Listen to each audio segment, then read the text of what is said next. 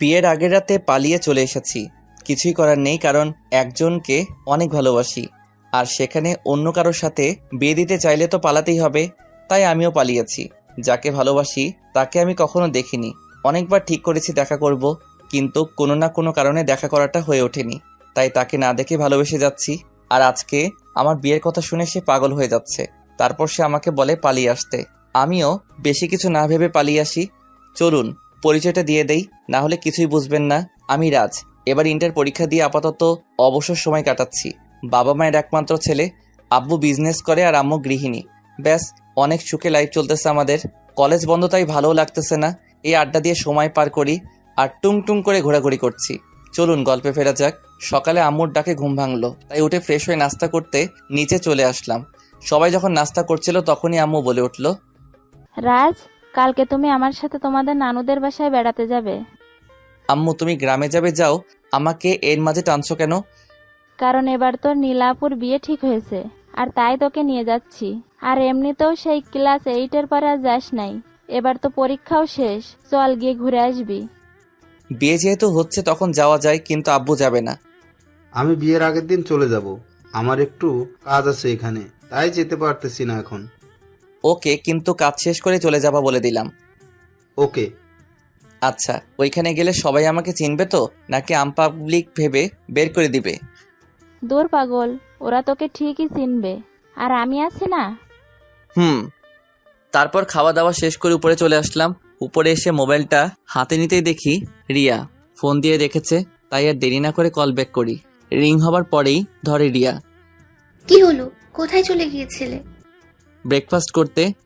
ও আচ্ছা, তুমি কি আমার সাথে দেখা করবে না? বলো কবে করতে চাও? পরশুদিন সকালে। সরি, আমি তো কালকে গ্রামে চলে যাব, তাই দেখা করতে পারবো না। সপ্তাহখানেক পরে একটা সময় বলো, তখন দেখা করতে পারবো। তুমি যে গ্রামে যাবে এটা আমাকে আগে বলনি কেন? আরে আজকে সকালেই তো নাস্তা করার সময় বললো, তাই এখন বলতেছি। আচ্ছা ঠিক আছে, যাও, তবে ওইখানে গিয়ে আবার আমাকে ভুলে যেও না। তোমার থেকে সুন্দর মেয়ে পেলে তোমাকে তো ভুলে যাবই। চুপ শায়দান, আমার থেকে হয়তো সুন্দর পাবে, কিন্তু কেউ আমার মতো ভালোবাসবে না, এটা মনে রেখো। ওকে, আচ্ছা ভালো থেকো। আমার অন্য একটা গপ ফোন দিতেছে, ওর সাথে কথা বলে নেই। রিয়াকে রাগাতে বললাম। শয়তান একটা। ওকে, তোমার জিএফ এর সাথে কথা বলা শেষ করো, বাই। তারপর রিয়া ফোনটা রেখে দিল। রিয়া বুঝে গেছে আমি তাকে এসব রাগানোর জন্য বলি। এইভাবে দিনটা কেটে গেল। সকালে আম্মুর ডাকে ঘুম ভাঙে আমার, তাই জিজ্ঞাসা করলাম, কি হয়েছে আম্মু? ওই, তোকে না বললাম আজকে তোদের নানুদের বাসায় যাব, তাও কেন দেরি করে ঘুমাচ্ছিস? আচ্ছা তুমি যাও, আমি ফ্রেশ হয়ে আসতেছি। ওকে। বলেই আম্মু চলে গেল। তারপর উঠে চলে গেলাম ফ্রেশ হতে। ফ্রেশ হয়ে এসে মোবাইলটা হাতে নিয়ে দেখি রিয়ার 5টা মিসড কল এসে রয়েছে। তাই সাথে সাথে কল ব্যাক করলাম।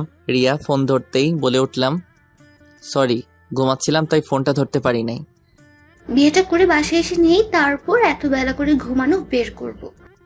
আপনি বউ হওয়ার স্বপ্ন দেখতে থাকেন, আমি এদিকে গ্রাম থেকে ঘুরে আসি, কেমন?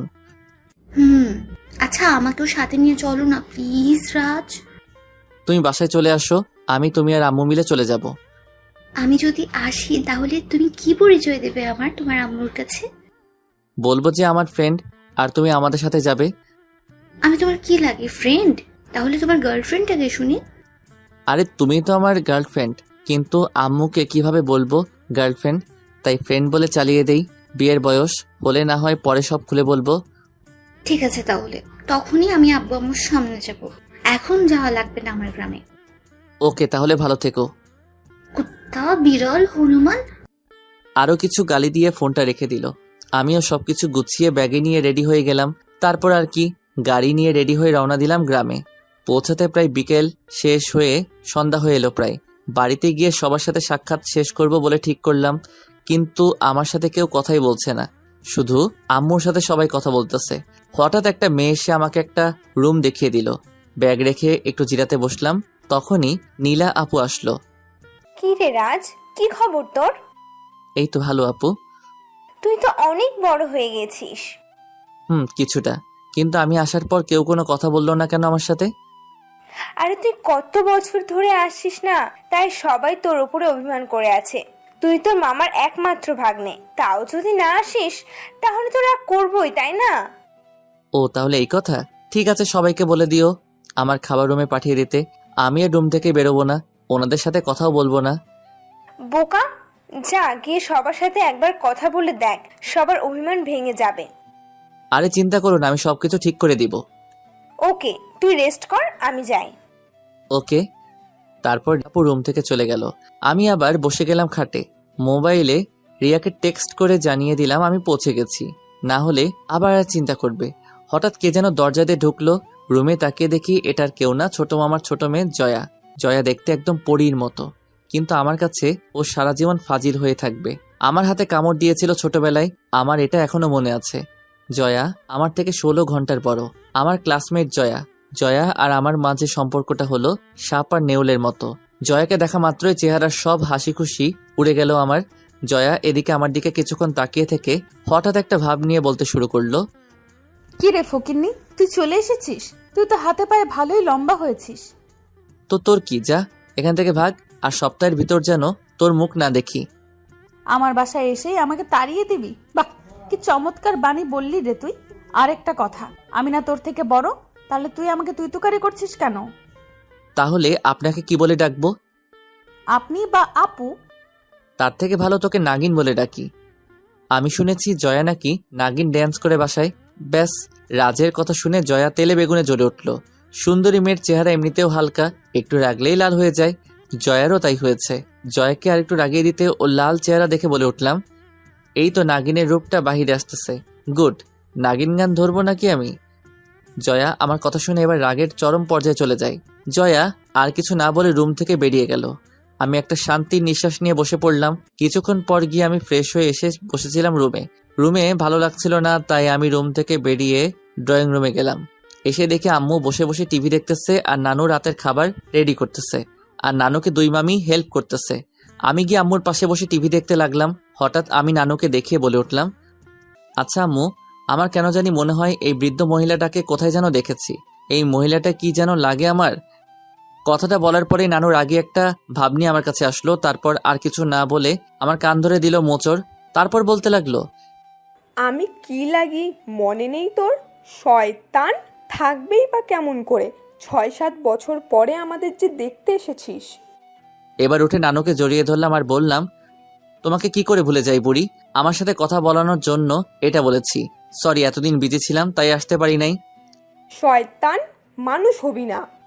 বলে নানু জড়িয়ে ধরলো। ব্যাস, নানুর সাথে ডিল ওকে। এবার মামাদের পালা, ওনারা আসলে সবকিছু ঠিক করে দিব। তাই আমি বসে টিভি দেখতে লাগলাম। তখনই জয়া হুট করে কোথা থেকে যেন এসে বসলো। কিরে পেতনি, কোথা থেকে আসলি? তোকে কেন বলতে যাব? আর তুই এখনো এই বাড়িতে কি করিস? তোকে না বলেছি তুই চলে যাবি? তুই বললেই হলো আর আমি চলে যাব? বেশি বকবক করলে তোকে বাসা থেকে বের করে দিব। আমার সে ক্ষমতা আছে, তুই জানিস। শয়তান, রাখ, তোকে একটা উচিত শিক্ষা দেব। যা পারলে দিস। তারপর জয়া চিমটি কেটে উঠে দৌড় দেয়। আমি কিছু না বলে চুপ করে সহ্য করে নিলাম। তারপর মামারা আসলে ওনাদেরকে মানিয়ে ফেললাম। তারপর রাতে খাওয়া দাওয়া করে দিলাম, একটা ঘুম। সকালে উঠে দেখি জয়া আমার বিছানার পাশে বসে আছে। হালকা একটু ভয় পেয়ে যাই। তারপরও নিজেকে সামনে নিয়ে বললাম, কি হলো, তুই এখানে বসে আছিস কেন? জয়া আর কিছু না বলে হাসতে লাগলো। কিছুটা অবাক হয়ে গেলাম ওর এমন আচরণ দেখে, তাই আবার জিজ্ঞেস করলাম, কি হলো, এইভাবে তাকিয়ে হাসতেছিস কেন?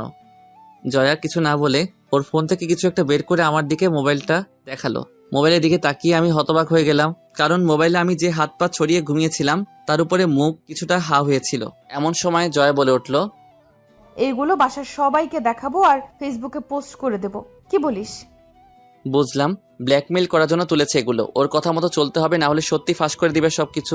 তাই নরম গলায় বললাম, জয়া, আমি তোর তো কোনো ক্ষতি করি নাই, তাহলে তুই এগুলো কেন পোস্ট করবি বা কাউকে দেখাবি বল? এই তো বুঝেছিস, তুই অনেক চালাক রে, তাই তোকে লাইনে আনতে এগুলো করেছি। আমি তো এমনি লাইনে। শোন, এখন থেকে আমার কথা না শুনলে এগুলো ভাইরাল করে দেব, বুঝলি? না, তোর কথা মতোই চলবো আমি। এখন আয়, মার্কেটে যাব আমি তোকে নিয়ে। কেন? শপিং করতে যাব আমি তোকে নিয়ে, এখন ওর তাড়াতাড়ি। যা, তুই আসতেছি। আরেকটা কথা, এখন থেকে আপনি করে বলবি, কিন্তু আপু ডাকতে পারবি না, শুধু আপনি। ওকে। আমার ভিতরে আগুন জ্বলতেছে জয়ের কথাগুলো শুনে। পিকগুলো অনেক বিশ্রী উঠেছে। তাই ওর কথাগুলো শুনতেছি, না হলে কি যে করতাম তা বলে শেষ করতে পারবো না। যাক, রেডি হয়ে ওর সাথে রওনা দিলাম বাজারে রিক্সা দিয়ে। রিক্সা আপন গতিতে চলতেছিল, তখন জয়া বলে উঠল, আমার উপর তোর রাগ উঠতেছে তাই না? আরে না, রাগ উঠবে কেন? কি বলেন এসব আপনি? মিথ্যা বলা বন্ধ কর। আর শোন, যতদিন আছিস আমার কথা মতো চলবি, তাহলে সবগুলো পিক ডিলিট করে দিব। মনে মনে বললাম, সুযোগ পাই একটা, আমি নিজে ডিলিট করে দিব, তারপর তোকে দেখাবো মজা কাকে বলে। এসব ভাবতে ভাবতে চলতেছি, হঠাৎ একটা ছেলে রিক্সাটা থামিয়ে দিল। আমি কিছুটা অবাক হয়ে গেলাম, কিন্তু জয়ার দিকে তাকিয়ে দেখি জয়া কেমন জানি একটা বিরক্তিকর ভাব নিয়ে ছেলেটার দিকে তাকালো। তখনই ছেলেটা বলে উঠল, জয়া, ছেলেটা কে? ওর নাম রাজ, আমার বয়ফ্রেন্ড। জয়ার কথা শুনে আমার মনে হলো আমি হার্ট ফেল করব। কি বলল মেয়েটা? আমি স্বপ্ন দেখতেছি নাকি? আমি চোখ বড় বড় করে জয়ার দিকে তাকালাম। কি? কানে কম শুনিস নাকি? তোকে আমার বয়ফ্রেন্ডের কথা বলেছিলাম না, এটা হলো আমার বয়ফ্রেন্ড। না, এটা হতে পারে না। তাহলে আমি এতদিন তোমার পিছনে ঘুরে কি হলো? তা আমি কি জানি? আমি তোকে আগেই বলেছি আমার বয়ফ্রেন্ড আছে, তুই বিশ্বাস করিস নাই, তো এখন বোঝ মজা। দেখো, তোমার বয়ফ্রেন্ড থাকায় আমার কিছু যায় আসে না, আমি এখনো তোমাকে ভালোবাসি। দেখ, ওর সাথে আমার সব কিছু হয়ে গেছে, মানেটা কি তোকে ভেঙে বলবো নাকি বুঝে যাবি? আর কয়েকদিন পর ওর আর আমার বিয়ে, তুই আসিস কেমন? আর হ্যাঁ, বিয়ের পরেও যদি তুই আমাকে চাস তাহলে বলিস। রাত যদি আমাকে ডিভোর্স দিয়ে দেয় তখন আমি তোর কাছে ফিরে আসবো, কেমন? আমি জয়ার কথা শুধু হা হয়ে শুনছিলাম, কারণ ওর কথার আগামাথা কিছুই আমার মাথায় ঢুকতেছে না, শুধু ওদের কথা শুনতেছি। জয়া, তুমি কি সব সত্যি বলতেছো? আর রিক্সাটা ছাড়, এবার রাজকে নিয়ে হোটেলে যাচ্ছি, দিনটা কাটিয়ে বিকেলে ফিরবো। ছেলেটা আর কিছু না বলে সাইড হয়ে দাঁড়িয়ে গেল।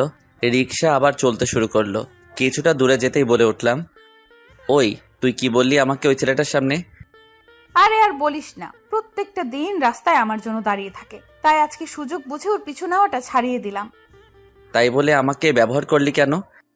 তুই পাশে ছিলি তাই তোকে ব্যবহার করে দিলাম, আর এমনিতেও তুই চলে গেলে এসবের খবর কে রাখবে? তাই বলে আমার নাম ব্যবহার করবি? তুই নিজের বয়ফ্রেন্ডের নাম বললেই তো পারতি। আমার কোনো বয়ফ্রেন্ড নাই। কি? সত্যি আমার কোনো বয়ফ্রেন্ড নাই। এটাও বিশ্বাস করতে হবে আমাকে যে তোর বয়ফ্রেন্ড নেই? আসলে আমি এসবে জড়াতে চাই না, তাই এখনো কাউকে বয়ফ্রেন্ড বানাইনি। ও, তা কাউকে পছন্দ করিস না? না, আর করলেও তোকে কেন বলতে যাব? আর তুই কিন্তু আমাকে তুই করে বলতেছিস। ও সরি। তারপর জয়া মার্কেটে গিয়ে কতগুলো মার্কেট করে এরপর বাসায় চলে আসলাম। বিকেলে বসেছিলাম, তখন জয়া রুমে আসলো, এসে আমার পাশে বসে গেল। আমি কিছুটা অবাক হয়ে বললাম, কি হলো, আপনি এখানে এসে বসেছেন কেন? শোন, তোকে নিয়ে একটা জায়গায় ঘুরতে যাব, তাড়াতাড়ি রেডি হয়ে নে। আমি এখন ঘুমাবো, তাই যেতে পারবো না। তাহলে পিকগুলো কি দিব ভাইরাল করে? আরে না, আমি যাবো তো। এই তো গুড বয়, যা তাড়াতাড়ি রেডি হয়ে নে। বলেই চলে গেলাম ওয়াশরুমে। সারা শরীর রাগে ফেটে যাচ্ছে। মনে মনে জয়ার 14 গোষ্ঠীকে উদ্ধার করলাম। তারপরেও রেডি হয়ে এসে দেখি জয়া বসে আছে। জয়া আমাকে নিয়ে একটা নদীর পাড়ে গেল ঘুরতে। জায়গাটা অনেক সুন্দর, যা বলে বোঝানোর মতো না। চারদিকটা অনেক নীরব আর নদীর স্রোতের শব্দ। মোটামুটি ভালোই লাগতে লাগলো। তাই জয়াকে বললাম, এটা কি তোর প্রিয় জায়গা? তা আমাকে এখানে নিয়ে আসার কারণ কি জানতে পারি? আজকে মনটা বেশি একটা ভালো না, তাই ভাবলাম তোকে নিয়ে ঘুরতে যাই এখান থেকে। ও, তারপর দুজনেই নদীর দিকে তাকিয়েছিলাম।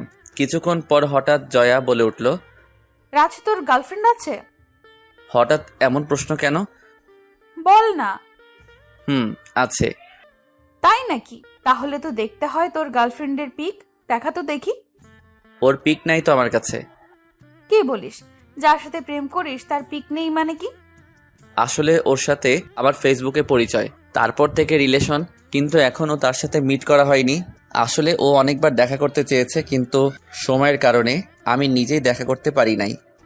ও, তার মানে তুই ফেসবুকে প্রেম করতেছস? ভালো। তা মেয়েটার নাম কি? রিয়া। ও আচ্ছা, তুই আমার ওই পিকগুলো ডিলিট করে দে প্লিজ।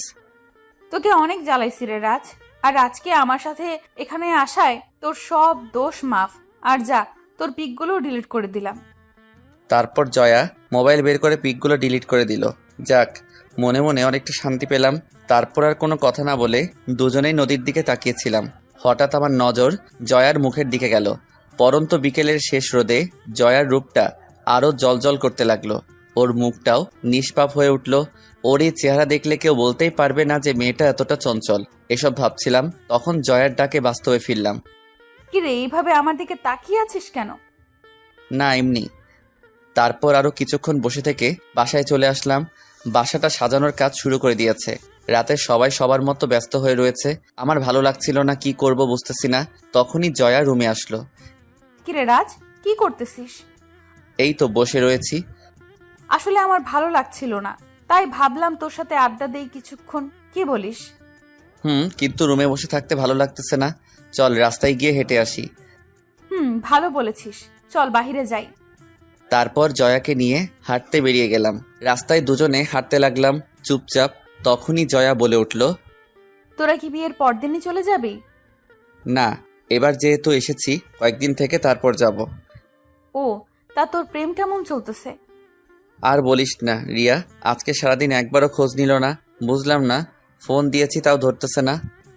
দেখ, তুই গ্রামে চলে এসেছিস, তাই ওই রিয়া মেয়েটা অন্য একজনের সাথে সময় কাটাচ্ছে।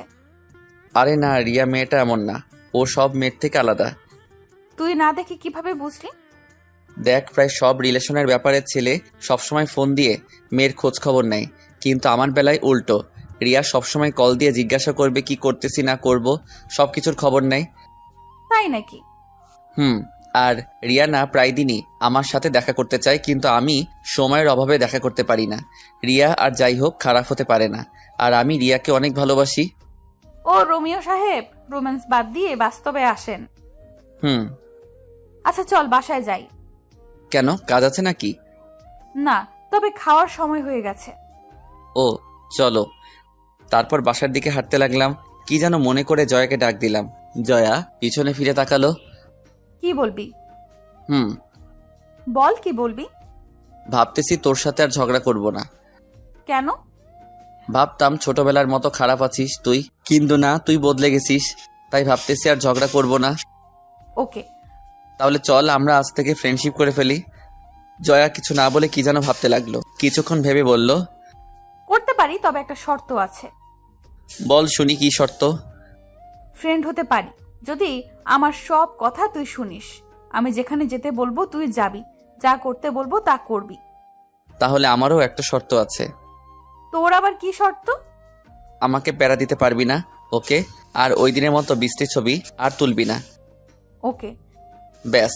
জয়া হেসে হাত বাড়িয়ে দিল, আর আমি হ্যান্ডশেক করে নিলাম। তারপর রওনা দিলাম বাসার দিকে। বাসায় এসে খাওয়া দাওয়া করে ঘুমিয়ে গেলাম। সকালে মুখে পানি ছিটানোর পর ঘুম ভাঙলো। তাকিয়ে দেখি জয়া সামনে দাঁড়িয়ে আছে পানির গ্লাস নিয়ে। কি হলো, পানি ছিটালি কেন? এত বেলা করে কেউ ঘুমায়? তাই বলে পানি ছিটাবি? ডাকলেই তো উঠে যেতাম। ডাকলে উঠতেছি, একটু পরে উঠবো এসব বলতি, কিন্তু পানি ছিটিয়ে দিয়েছি, একেবারে উঠে বসেছিস। আচ্ছা, দরজা লাগানো ছিল, তুই ভিতরে আসলি কিভাবে? তুই আসার আগে এটা আমার রুম ছিল, তুই আসায় তোকে থাকতে দিয়েছি, তাই আমার রুম বাহির থেকে কিভাবে খুলতে হয় তা তো আমি জানবই। তাই তো বলি, এরকম নোংরা রুমটা কার হতে পারে? এটা নোংরা রুম? তাহলে বাকি রুমগুলো কি? কমপক্ষে এটার থেকে ভালো। তাহলে যা গিয়ে গরুর ঘরে থাক, ওইখানটা পরিষ্কার পাবি। হ্যাঁ, বেড়াতে এসেছি বলে এখন তো খোটা দিবি। চুপ, বক বক না করে নাস্তা করতে আয়, আম্মু তোকে ডাকতে পাঠিয়েছে আমাকে। তুই যা, আমি আসতেছি। আর চুলগুলো এমন ভাবে এলোমেলো করে রেখেছিস কেন? এমনি। আগে গিয়ে এগুলো ঠিক করে আয়, আর মামিকে বলবি নাস্তা রুমে পাঠিয়ে দিতে। চুপচাপ আয়, না হলে মারবো ধরে। তোর জন্য আমি এখনো খাইনি। কি, আমার জন্য খাস নাই মানে? ভাবতেছি তোর সাথে একসাথে খাবো। আচ্ছা তুই যা, আমি আসতেছি। ওকে। বলেই জয়া চলে গেল। তারপর আমি উঠে ফ্রেশ হয়ে গিয়ে নাস্তা করে নিলাম। রাতে গায়ে হলুদের অনুষ্ঠান হবে, তাই সবাই সাজাতে ব্যস্ত হয়ে আছে, আর আমিও সবার কাজগুলো ঘুরে ঘুরে দেখতে লাগলাম। সন্ধ্যায় রেডি হয়ে গিয়ে সবার মতো আমিও এক জায়গায় বসেছিলাম। তখনই মোবাইলের একটা কল আসলো। তাকিয়ে দেখি রিয়া কল দিয়েছে, তাই তাড়াতাড়ি রিসিভ করলাম। কেমন আছো রাজ? কেমন আছি জিজ্ঞাসা করলে মারবো বলে দিলাম। সরি রাজ, এই 2-3 দিন অনেক বিজি ছিলাম, তার উপরে বাসায় কিছু মেহমান এসেছে, তাই তোমার সাথে যোগাযোগ করতে পারিনি। ও, তা কেমন আছো তুমি? ভালো, তুমি কেমন আছো? এতক্ষণে ভালো হয়েছি। তা গ্রামে গিয়ে কি নতুন কাউকে পেয়ে গেলে নাকি? তোমার কি মনে হয়? আমি যাকে ভালোবাসি সে আমাকে ছাড়া অন্য কারোর প্রতি মুগ্ধ হতেই পারে না। তাহলে জিজ্ঞেস করলে কেন? এমনিই মন চেয়েছে তাই। তবে একটা শত্রুকে ফ্রেন্ড বানিয়েছি এখানে এসে। ফ্রেন্ডটা কোনো মেয়ে না তো? আমার মামাতো বোন জয়া। গুড, তবে প্রেমে পড়ে যেও না আবার। ফালতু কথা বাদ দিয়ে এখন বলো কি করতেছো? এই তো কলিজের সাথে কথা বলছি। তাই নাকি? থাক, এত রোমান্টিক হওয়ার দরকার নেই। আপনি একটু অপেক্ষা করেন, ঢাকায় এসে এবার সবার আগে আপনার সাথে দেখা করব। ওকে, আমি অপেক্ষায় রইলাম। আচ্ছা রিয়া, তোমার গলাটা আজকে এত চেনা চেনা লাগতেছে কেন? যার মনে আমি থাকি তার কাছে আমার গলা চেনা লাগবে না তো অচেনা লাগবে নাকি? তাও ঠিক। তা তুমি আর কিছু বলতে যাব তখনই পিছন থেকে কাঁধে কেউ হাত রাখলো। তাকিয়ে দেখি জয়া, তাই তাড়াতাড়ি ফোনটা কেটে দিলাম। তারপর জয়া বলে উঠল, কিরে, কার সাথে কথা বলছিলি? রিয়ার সাথে। ও, তাহলে তো তোদের কথার মাঝে হয়তো আমি চলে এসেছি। সমস্যা নাই, আমি যাই, তুই কথা বল। আরে না, বল, কি বলবি? তোকে সবাই খুঁজতেছে। কেন? আপুর মুখে হলুদ লাগিয়ে দিবি না? ও, তুই যা, আমি আসতেছি। তাড়াতাড়ি আয়। জয়া চলে গেল। আমি রিয়াকে বলি বিজি আছি, পরে কথা বলবো বলে চলে যাই সবার ওইখানে। তারপর ছোট মামি আর আমি গিয়ে আপুর মুখে হালকা একটু হলুদ লাগিয়ে দেই। তারপর আপুকে একটু মিষ্টি খাইয়ে দেই। ভাবলাম এই সুযোগে আপুর সাথে একটু দুষ্টুমি করে নেই। তাই আপুকে বললাম, আপু, মুখে আটা কয় বস্তা লাগিয়েছ? চুপ শয়তান। সত্যি বললেই দোষ। তবে আপু, তোমাকে না আজকে অনেক সুন্দর লাগতেছে। তাই নাকি? Thank you. ইস, যদি আর 5 থেকে 6 বছর আগে জন্ম নিতাম তাহলে কতই না ভালো হতো। কেন, 5 বছর আগে জন্ম নিলে কি করতি? 5 বছর আগে জন্ম নিলে তোমার উপরে লাইন মারতে পারতাম, কিন্তু এত ছোট হওয়ায় তাও পারতেছি না। তুই কি যাবি না আমি এখন তোকে মারবো? যাচ্ছি, তবে Congress and wish your happy married life. Thanks. Welcome. তারপর সেখান থেকে এসে জয়ার পাশে দাঁড়ালাম। জয়া নীলা আপুর দিকে এক দৃষ্টিতে তাকিয়ে আছে। তাই আমি জিজ্ঞাসা করলাম, কি রে, এইভাবে তাকিয়ে কি দেখছিস? ভাবতেছি মেয়েদের জীবনে কত কিছুই না করতে হয়। নিজের পরিবার ছেড়ে অন্য কোথাও চলে যেতে হয়, আরো কত কিছু। তবে তুই চিন্তা করিস না, তোর বেলায় এসব কিছুই হবে না। কেন? কারণ তোর মতো পেতনি আর ফাজিল মেয়েকে কেউ বিয়ে করবে কি না সন্দেহ আছে। তুই আবার শুরু করলি? এবার কিন্তু মার খাবি বলে দিলাম। ওকে, এখন চল কিছু খেয়ে নেই। দুপুরে কি যা খেয়েছিলাম তা সব হজম হয়ে গেছে। তারপর এভাবে রাতটা কাটিয়ে দিলাম। সকালে আম্মুর ডাকে ঘুম ভাঙলো। উঠে ফ্রেশ হয়ে নাস্তা করে রুমে বসেছিলাম, তখনই কোথায় থেকে জয়া এসে রুমে ঢুকলো। রাজ, আয়, তোকে নিয়ে একটা জায়গায় যাব। কোথায় যাবি? আয়, নিয়ে গেলেই দেখতে পাবি। তারপর রেডি হয়ে গেলাম, জয়াকে নিয়ে বেরিয়ে গেলাম। আমাকে নিয়ে মার্কেটে ঢুকলো। ভাবলাম জয়া হয়তো মার্কেট করবে, কিন্তু না, জয়া পার্লারে এসেছে। আমাকে ওয়েটিং রুমে বসিয়ে দিয়ে সে চলে গেল ভিতরে। আমি বসে বসে মোবাইল টিপতেছিলাম, তখনই রিয়ার ফোন আসলো, তাই রিসিভ করলাম। কি খবর জনাব, কেমন আছেন? জি ভালো, আপনি কেমন আছেন? ভালো তো। কালকে হঠাৎ কলটা কেটে দিয়েছিলে কেন? বেশি বিজি ছিলে? কিছুটা মামাতো বোনের গায়ে হলুদ ছিল, তো তাই হলুদ তখন লাগাতে গিয়েছিলাম। ও, তা এখন কি করছো? এই তো ওয়েটিং রুমে বসে আছি। কিসের ওয়েটিং রুমে? জয়া আমাকে নিয়ে পার্লারে এসেছে। সে ভিতরে বসে তার মুখে ময়দার বস্তা লাগাচ্ছে, আর আমি এখানে বসে আছি। ওই, মেকআপকে অপমান করবো না বলে দিলাম। মেকআপকে যদি আরেকদিন আটা ময়দা বলতে শুনেছি তাহলে তোমার খবর আছে বলে দিলাম। তার মানে তুমিও মেকআপ প্রেমী? হুম। তা ময়দা না মেকআপ যে বলো, এগুলো দিয়ে কি রুটি বানিয়ে খাওয়া যাবে? বিয়ের পর প্রতিদিন বানিয়ে খাওয়াবো আপনাকে। ওকে। তাড়াতাড়ি ঢাকায় আসো, ভালো লাগছে না তুমি গ্রামে থেকে। এখনো না দেখেই এত অস্থির হয়ে যাচ্ছ? আল্লাহই জানে বিয়ের পরে কি করো। তখন কলিজের সাথে বেঁধে রাখবো তোমাকে। দেখা যাবে। ওকে, ভালো থেকো, আম্মু ডাকছে। ওকে, বাই। বাই। তারপর ফোনটা রেখে দিয়ে আবার গেম খেলতে লাগলাম। 10 মিনিট পর জয়া বেরিয়ে আসলো। তারপর জয়াকে নিয়ে বাসায় চলে আসলাম। বিয়ে বাড়ি ফুটে উঠেছে চারদিক। রুমে গিয়ে শাওয়ারে চলে গেলাম। দুপুরে বাহিরে বসেছিলাম, তখনই জয়া বাহিরে আসলো। জয়ার দিকে নজর পড়তেই হা হয়ে গেলাম। জয়া সাজলে যে এত সুন্দর লাগে তা আজকে দেখতেছি। তার উপর আবার শাড়ি পরেছে। হাই খোদা, মেয়েটা তো পরীর সাথে পাল্লা দিতে পারবে। শুধু আমি না, বিয়ে বাড়ির সবাই জয়ার দিকে হা করে তাকিয়ে আছে। জয়া আমার সামনে এসে দাঁড়িয়ে জিজ্ঞাসা করলো, কিরে কেমন লাগছে আমাকে? আগে এটা বল, আটার দাম কি কমেছে নাকি? তুই মানুষ হবি কবে? তুই এত সেজেছিস কেন? বিশেষ কেউ আসবে নাকি আজকে? আপুর বিয়েতে আমি সাজবো না তা কি হয় নাকি? এত সেজে একটা কাজ এগিয়ে নিয়েছিস। সেটা কি? তোর বিয়েটা মনে হয় এবার তাড়াতাড়ি হয়ে যাবে, কারণ যেভাবে সেজেছিস কেউ না কেউ পছন্দ করেই যাবে, দেখিস। ধুর, এসব ফাউল কথা। আয় ওইদিকে গিয়ে বসি। তারপর আমি আর জয়া গিয়ে একটা গাছের নিচে বসে রইলাম। তখনই আমার নজরে পড়ল ওই দিন রিক্সা আটকানো ছেলেটা। জয়াকে ছেলেটাকে ইশারা করে দেখালাম। ছেলেটা জয়ার দিকে হা করে তাকিয়ে আছে। জয়া ওর চাওয়া দেখে আমার কাছে এসে আমার হাতটা জড়িয়ে ধরে আমার কাঁধে মাথা রাখলো। আমি চুপ করে মোবাইল টিপতে লাগলাম। ছেলেটার দিকে নজরটা তুলে তাকিয়ে দেখি ছেলেটার মুখের 12টা বেজে গেছে। আমি আস্তে করে বললাম, জয়া, বাসার সবাই এদিকেই আছে, কেউ যদি দেখে ফেলে কি হবে বলো তো? ধুর, কিছুই হবে না, তুই চাপ নিস না। এই ছেলেটা হয়তো আজকের পর থেকে আর আমার দিকে ফিরেও তাকাবে না। তাই বলে এসব? চুপ করে বসে থাক। ছেলেটা চলে যাওয়ার পর দুজনে মিলে হাসতে লাগলাম। তারপর বিয়ের কাজটাও শেষ হয়ে গেল। তবে খেয়াল করলাম কিছু ছেলে জয়াকে ফলো করতেছে, ওর সাথে কথা বলার সুযোগ খুঁজতেছে, কিন্তু আমাকে দেখে আর সাহস করতে পারতেছে না। জয়া আমার সাথে এমনভাবে লেগে আছে যে কেউ ভাববে আমরা গার্লফ্রেন্ড বয়ফ্রেন্ড। জয়া মেয়েটা গ্রামে থেকে এমনিতেও অনেক মডার্ন, কেউ সহজে বুঝতে পারবে না যে জয়া গ্রামে থাকে। জয়াকে শহরের মেয়েদের মতোই দেখতে। যাক, প্রায় সন্ধ্যার দিকে পাত্রপক্ষ নীলা আপুকে নিয়ে চলে গেল। সবাই কিছুটা মন খারাপ করে বসে আছে। এইভাবে রাতটা কাটিয়ে দিলাম। সকালে আম্মুর ডাকে ঘুম ভাঙলো। উঠে ফ্রেশ হয়ে গিয়ে নাস্তা করে নিলাম। তারপর আবার রুমে এসে বসে বসে মোবাইল টিপতে লাগলাম। তখনই জয়া রুমে আসলো। রাজ, তোর কি এখন কোনো কাজ আছে? না, কেন? তাহলে চল কোথাও গিয়ে ঘুরে আসি, ভালো লাগছে না। এখন না, বিকালে গেলে ভালো হয়। ওকে। বলেই জয়া চলে গেল। বিকেলে আমি আর জয়া চলে গেলাম ঘুরতে গেলাম সেই নদীর পাড়ে। প্রায় সন্ধ্যার পরে বাসায় আসলাম। এভাবে কেটে গেল 5-6 দিন। আমি আর জয়া বিকালে মার্কেটে গিয়েছিলাম কিছু কাপড় কিনতে। তখনই আম্মু ফোন দিয়ে বলল জয়াকে নিয়ে তাড়াতাড়ি বাসায় যেতে। তারপর জয়াকে নিয়ে বাসায় চলে গেলাম। গিয়ে দেখি বাসার সবার মুখে কেমন যেন একটা হাসি ফুটে আছে। আমি আর জয়া কিছু না বুঝে ভিতরে যেতেই আম্মু বলল, জয়া যা, তুই গিয়ে রেডি হয়ে আয়। কেন আন্টি?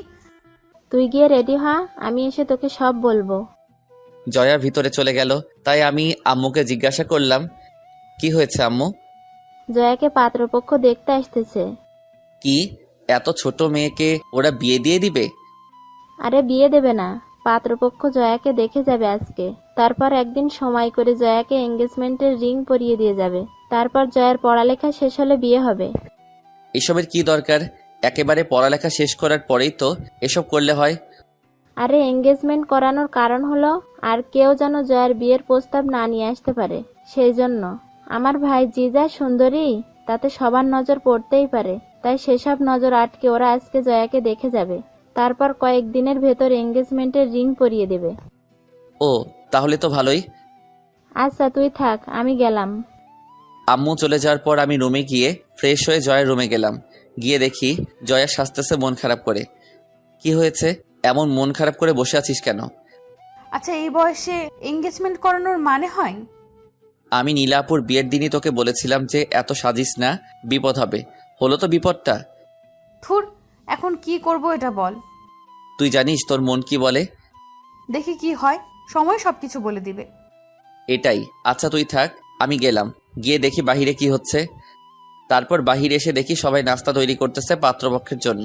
আমি বসে বসে ওনাদের সব আয়োজন দেখতে লাগলাম। কিছুক্ষণ পর কয়েকজন লোক আসলো বাসায়। বিশেষ করে পাত্রটা অনেক সুন্দর। আমি ওনাদের এখান থেকে জয়ার কাছে গেলাম। জয়া, তোর তো কপাল খুলে গেল। মানে? ছেলেটা দেখতে স্মার্ট আর অনেক কিউট। ধুর, বক বক করিস না। ছেলে রাজপুত্র হলেও আমি এখন এসব পড়তে পারবো না। এটা তোর ব্যাপার, তুই থাক, আমি গেলাম। বলে সেখান থেকে চলে আসলাম আবার ড্রয়িং রুমে। এসে আবার ওনাদের সাথে বসে রইলাম। কিছুক্ষণ পর জয়াকে নিয়ে আসা হলো ওনাদের সামনে। সবাই দেখে পছন্দ করলো। যাক, পছন্দ হয়েছে এটা শুনেই খুশি হলাম। ওনারা বাসায় গিয়ে এঙ্গেজমেন্টের তারিখ জানিয়ে দিবে বলে ওনারা চলে যায়।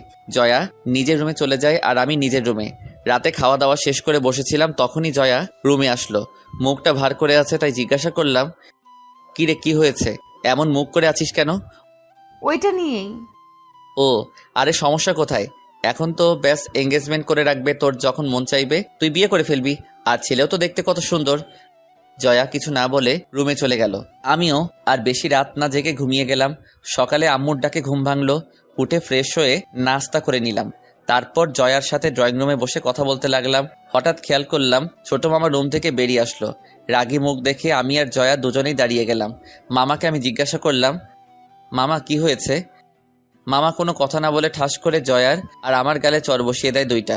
আমি আর জয়া অবাক হয়ে তাকিয়ে আছি মামার দিকে। কেন চর মেরেছে এসবের কিছুই বুঝতেছি না। জয়াও আমার মতোই অবাক হয়ে তাকিয়ে আছে। আম্মুর দিকে তাকিয়ে দেখি উনিও রাগে মুখ নিয়ে তাকিয়ে আছেন আমার দিকে। কি হচ্ছে কিছুই বুঝতেছিলাম না। তখনই বলে উঠল, তোদের কারণে আজকে আমার এত বড় অপমান সহ্য করতে হলো। কেন? আমরা আবার কি করলাম? আবার জিজ্ঞাসা করিস কি করেছিস? জানিস আজকে তোদের জন্য জয়াকে দেখে যাওয়া লোকগুলো আমাকে অপমান করেছে। কি করেছি এটা না বললে বুঝবো কিভাবে? তারপর মামা যা বলল তা শোনার জন্য আমি আর জয়া দুজনেই প্রস্তুত ছিলাম না। কারণ মামা বলে উঠল, তোরা দুজন দুজনকে ভালোবাসিস, এটা বললে কি আমরা তোদের মেরে ফেলতাম নাকি ফাঁসি দিতাম?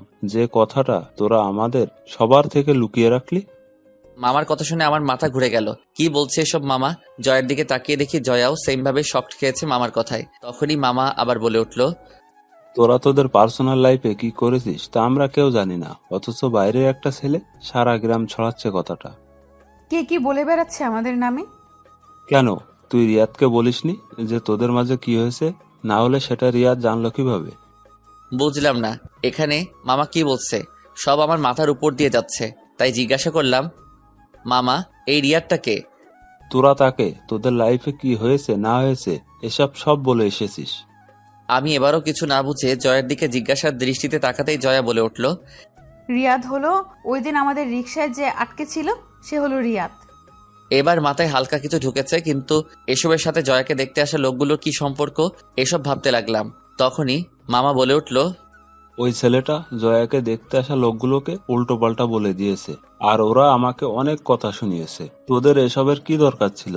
আমাদের বললে কি আমরা তোদের মেনে নিতাম না? আর ওই ছেলেটা সারা গ্রাম জয়ার নামে বদনাম ছড়াচ্ছে। মামা আপনি। আমি আর কিছু বলার আগেই মামা তার রুমে চলে গেল। আস্তে আস্তে সবাই নিজের রুমে চলে গেল। এখন ড্রয়িং রুমে আমি আর জয়া দাঁড়িয়ে আছি। জয়াও কান্না করতে করতে তার রুমে চলে গেল। তারপর আমিও নিজের রুমে গিয়ে কিছুক্ষণ আগের সব কথাগুলো নিজের মনে গোছাতে লাগলাম। তারপর ভাবলাম এখন রিয়ার সাথে কথা বলে মনটা হালকা করি। এই ভেবে রিয়ার নাম্বারে কল দিতে দেখি রিয়া আমাকে ব্লক লিস্টে ফেলে দিয়েছে। আমি বেশি কিছু না ভেবে মেসেঞ্জারে গেলাম নক দেওয়ার জন্য, কিন্তু ওর আইডি খুঁজে পেলাম না। তারপর ফেসবুকে গিয়ে ওর আইডি খুঁজে পাচ্ছি না। বুঝতে বাকি রইল না রিয়া তার আইডি ডিসেবল করে দিয়েছে। টুইটার, ইমো সহ সব ইন্টারনেট ওয়েবসাইট থেকে রিয়া আমাকে ব্লক করে দিয়েছে। মাথাটাও এবার কাজ করা বন্ধ করে দিয়েছে। রিয়া হঠাৎ এমন করলো কেন এটাই ভেবে পাচ্ছি না। মামার ঘটনাটা বাদ দিয়ে এবার রিয়ার এমন আচরণ দেখে আমি অবাক হয়ে গেলাম। আর কিছু ভাবতে পারছি না আমি।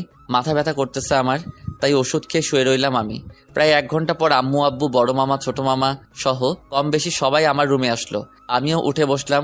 সবাইকে দেখে সবাই এসে আমার আশেপাশে বসলো। তখন বড় মামা বলে উঠল, রাজ, তুই যে জয়াকে ভালোবাসিস এটা আমাকে বা তোর ছোট মামা অথবা তোর আব্বু আম্মুকে বললে কি তোদের কোনো ক্ষতি হতো নাকি? আমরা বলতাম যে তোরা এমন কিছু করিস না, তোদের ভালো খারাপ বোঝার বয়স হয়েছে, তাই হয়তো তোরা দুজন দুজনকে ভালোবেসে ফেলেছিস। আমি ওনার কথার আগা মাথা কিছুই বুঝলাম না, তাই জিজ্ঞাসা করলাম, মানে কি মামা? এবার আমার ভাতিজিকে তোমার হাতে তুলে দেওয়ার সময় হয়ে এসেছে, তাই তৈরি হয়ে নাও বিয়ে করার জন্য। কি? বড় একটা শক খেলাম ওনাদের কথা শুনে। কি না জি, আগামী শুক্রবার তোমাদের দুজনকে সারা জীবনের জন্য এক করে দেয়া হবে। আমি মামার কথা শুনে আম্মু আব্বুর দিকে তাকিয়ে দেখি ওনারাও খুশি মনে বিয়েটা করাতে চায়। আমি জিম মেরে মামার কথাগুলো ভাবতে লাগলাম। সবাই নিজের মতো চলে গেল। সবার শেষে আব্বু আম্মু যাওয়ার সময় আমি ওনাদের ডাক দিয়ে আমার রুমে বসতে বলি। আব্বু জিজ্ঞাসা করলো, কিরে কি হয়েছে তোর? তোমরা সবাই কি শুরু করেছো? আমি জয়াকে ভালোবাসি, এটা তোমাদের কে বলেছে? মানে? আম্মু, আমি অন্য কাউকে ভালোবাসি। জয়া হলো আমার ফ্রেন্ড, আর তোমরা আমাকে না জানিয়েই আমার বিবাহ ঠিক করে ফেলেছো, এটা কোন ধরনের কথা? তাহলে ওই ছেলেটা যে এসব কথা বললো? আসলে আব্বু ওই দিন। তারপর তাদের সবকিছু খুলে বললাম। আব্বু আম্মু আমার কথা শুনে হাঁ করে তাকিয়ে আছে। কি বলবে হয়তো বুঝতেছে না। অবশেষে আব্বু বলে উঠল, বুঝলাম, কিন্তু তুই যে মেয়েটাকে পছন্দ করিস সে কে? তার নাম রিয়া। তো কোথায় থাকে, কি করে? কোথায় থাকে তা জানি না, তবে এবার সে নাকি ইন্টার পরীক্ষা দিয়েছে। কোথায় থাকে জানিস না মানে? আচ্ছা, মেয়েটার একটা ফটো দেখা। ফটো তো নেই আমার কাছে আম্মু। আচ্ছা, মেয়েটাকে একটা কল দে, আমি কথা বলবো মেয়েটার সাথে। ফোনটা হাতে নিতেই মনে পড়ল রিয়ার সাথে যোগাযোগ করার সব রাস্তা বন্ধ। কি করব এখন? তখন আম্মু বলে উঠল, কি হলো, কল দিচ্ছিস না কেন? আম্মু, রিয়ার সাথে কোনো যোগাযোগ করতে পারতেছি না। সোশ্যাল সাইট থেকে ব্লক করে দিয়েছে আমাকে। তাহলে ওর বাসার নাম্বারে কল দে। ওর বাসার নাম্বার তো নেই। মানে কি? আচ্ছা, তুই ওই রিয়া মেয়েটাকে দেখেছিস তো নাকি? রিয়ার সাথে এখনো দেখা করা হয়নি, এমনি ফোনে কথা হতো আর চ্যাটিং। রাজ, তুই কি আমাদের সাথে মজা করা শুরু করেছিস নাকি? আম্মু, তোমার সাথে মজা করতে যাব কেন? আমি সিরিয়াস। আচ্ছা, মানলাম তুই ওই মেয়েটাকে পছন্দ করিস, কিন্তু ওই মেয়েটার সাথে তোর কোনো যোগাযোগ নেই, এমনকি তাকে তুই কখনো দেখিসনি। তাহলে তুই আমাদের একটা প্রমাণ দে যে ওই মেয়েটাও তোকে ভালোবাসে। আম্মু, তুমি এই বিয়েটা বন্ধ করো, আমি বাকিটা দেখতেছি। আম্মু আব্বু আর কোনো কিছু না বলে ভাবনার সাগরে ডুব দিল। অনেকক্ষণ ভেবে হঠাৎ আম্মু বলে উঠল, দেখ রাজ, আমি তোকে সোজা একটা কথা বলি, মাথায় ঢুকিয়ে নে। বলো।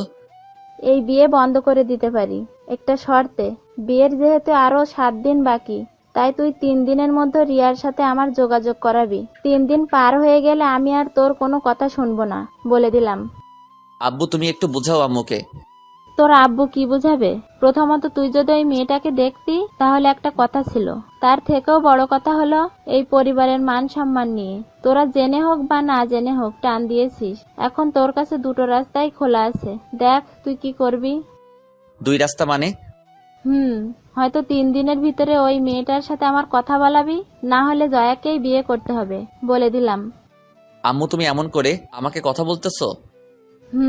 কারণ তোরা হয়তো নিজেদের বাঁচাতে মিথ্যাটা বলেছিলি, কিন্তু এখন এটা বংশের মান সম্মানে গিয়ে আটকেছে। তাছাড়া এই বাসার সবাই ওই ছেলেটার কথা বিশ্বাস করে বসে আছে। তুমি গিয়ে ওনাদের বুঝিয়ে বলো। দেখ, ওরা যদি ভাবে এখন আমরা মিথ্যা বলতেছি। আম্মু, জয় নিজেই তো সাক্ষী। আচ্ছা, মানলাম বাসার সবাই মেনে নিল, কিন্তু এই গ্রামের সবাইকে কিভাবে বুঝাবি বল? কাল যদি আবার জয়ার জন্য বিয়ের প্রস্তাব আসে, তাহলে আবার কেউ না কেউ এটা নিয়ে তাদের কাছে বলে দিবে, তখন কি করবি? আম্মু, আমি বুঝতেছি না কি করব। দেখ বাবা, এটা শহর না, এখানে মান সম্মানটা সবার উপরে থাকে, আর এখানে সমাজ নিয়ে চলতে হয়। তাই প্লিজ তুই বিয়েটা করে নে। তোমরা যাও, এখন আমার মাথা ব্যথা করতেছে। আব্বু আম্মু আর কিছু না বলে চলে গেল। আমি দরজা লাগিয়ে দিয়ে এসে ভাবতে লাগলাম, কি হচ্ছে এসব? আমার সাথে কিছুই বুঝতেছি না। ভাববো কোনটা নিয়ে, এটাও বুঝতেছি না। রিয়া কেন এমনটা করলো, এটা নিয়ে ভাববো নাকি বিয়ের কথাটা নিয়ে ভাববো, কিছুই বুঝতেছি না। এসব ভাবতে ভাবতে কখন যে ঘুমিয়ে গেলাম তা নিজেও জানি না। ঘুম ভাঙলো দরজায় কারো নক করার আওয়াজে। উঠে দরজা খুলে দেখি আম্মু খাওয়ার জন্য ডাকতেছে। তারপর ফ্রেশ হয়ে গিয়ে খাওয়া দাওয়া করে রুমে চলে আসলাম। বিকেলে ছাদে গেলাম, গিয়ে দেখি জয়া এক কোণে দাঁড়িয়ে আছে। তাই জয়ার কাছে গিয়ে দাঁড়ালাম। জয়া আমাকে দেখে বলে উঠল, রাত সরি, আমি আসলে বুঝতে পারিনি যে ওই কথা এমন একটা প্রভাব ফেলবে। ধুর, বাদ দে পুরোনো কথা। আর এখন কি করব সেটা নিয়ে ভাবতে হবে। তুই একটা কাজ করলে পারিস রাজ। কি কাজ? তুই আজ রাতে পালিয়ে ঢাকায় চলে যা, এদিকটা আমি সামলে নিব। ওই, তুই কি বলতেছিস এসব? পরে সবার কাছে মুখ দেখাবো কিভাবে আমি?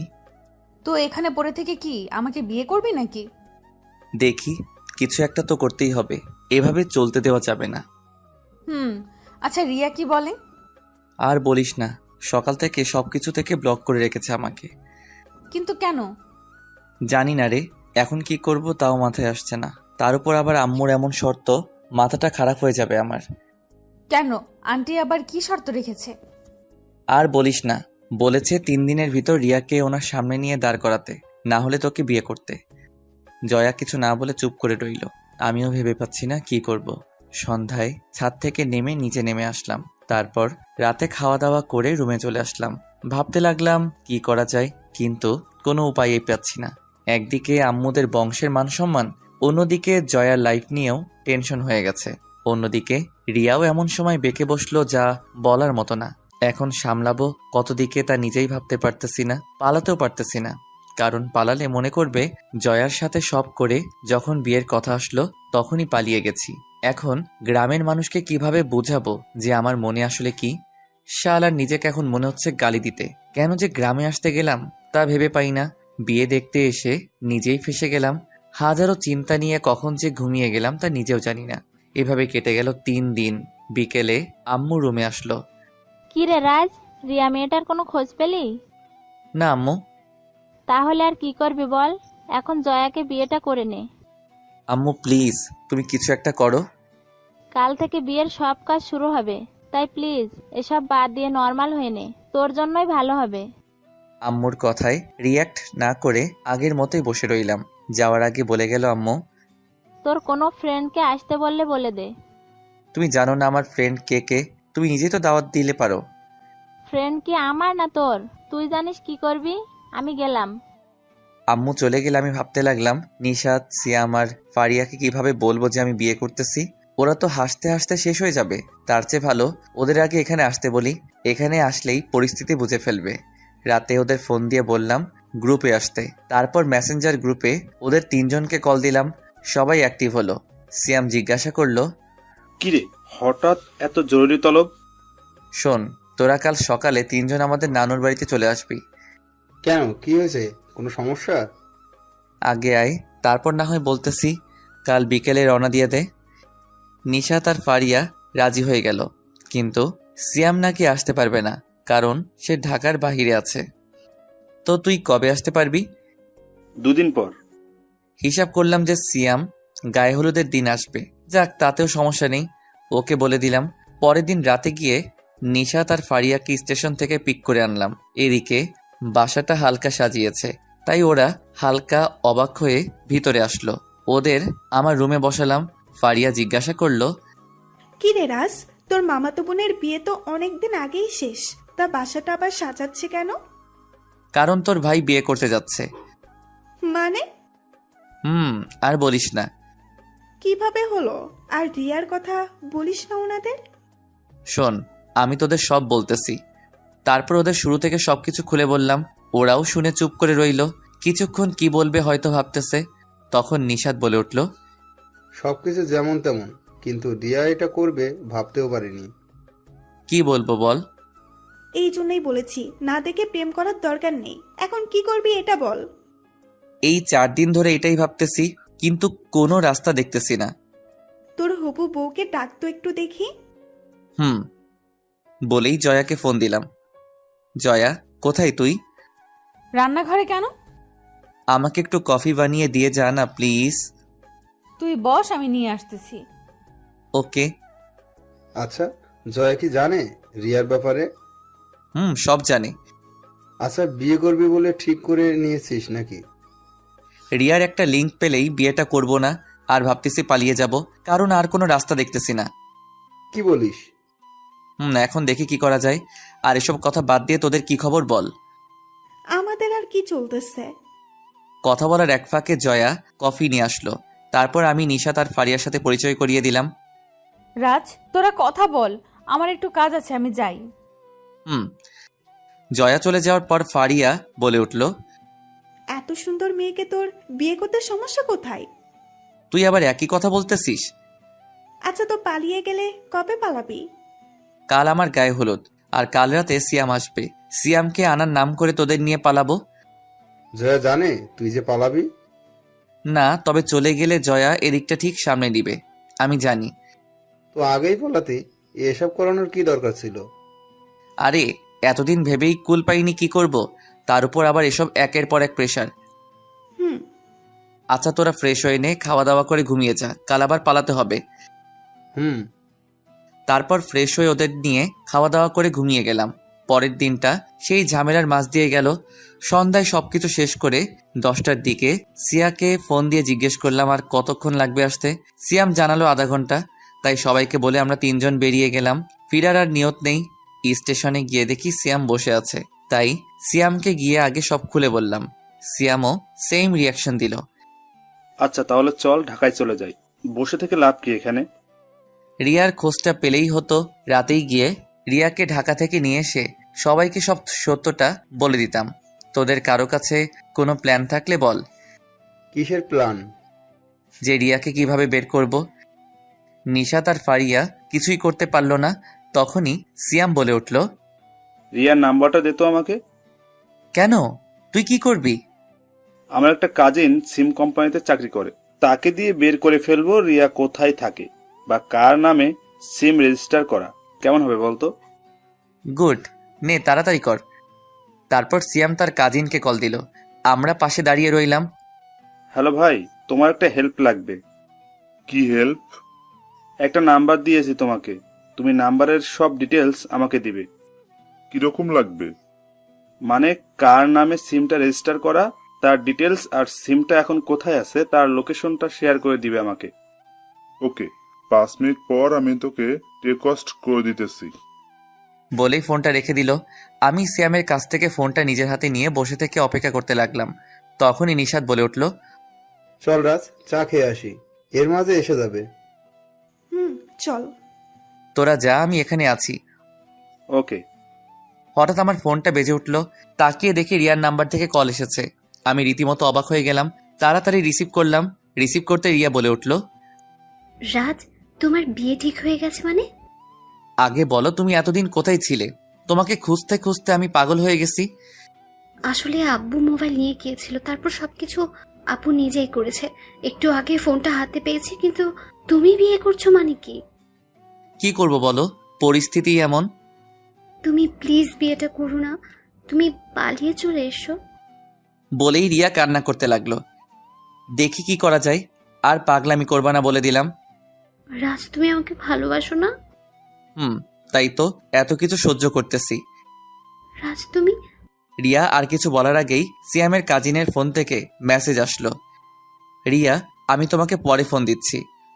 বলেই ফোনটা রেখে দিলাম। তারপর সিয়ামের মোবাইলের মেসেজ অপশনে গিয়ে সেটা ওপেন করলাম।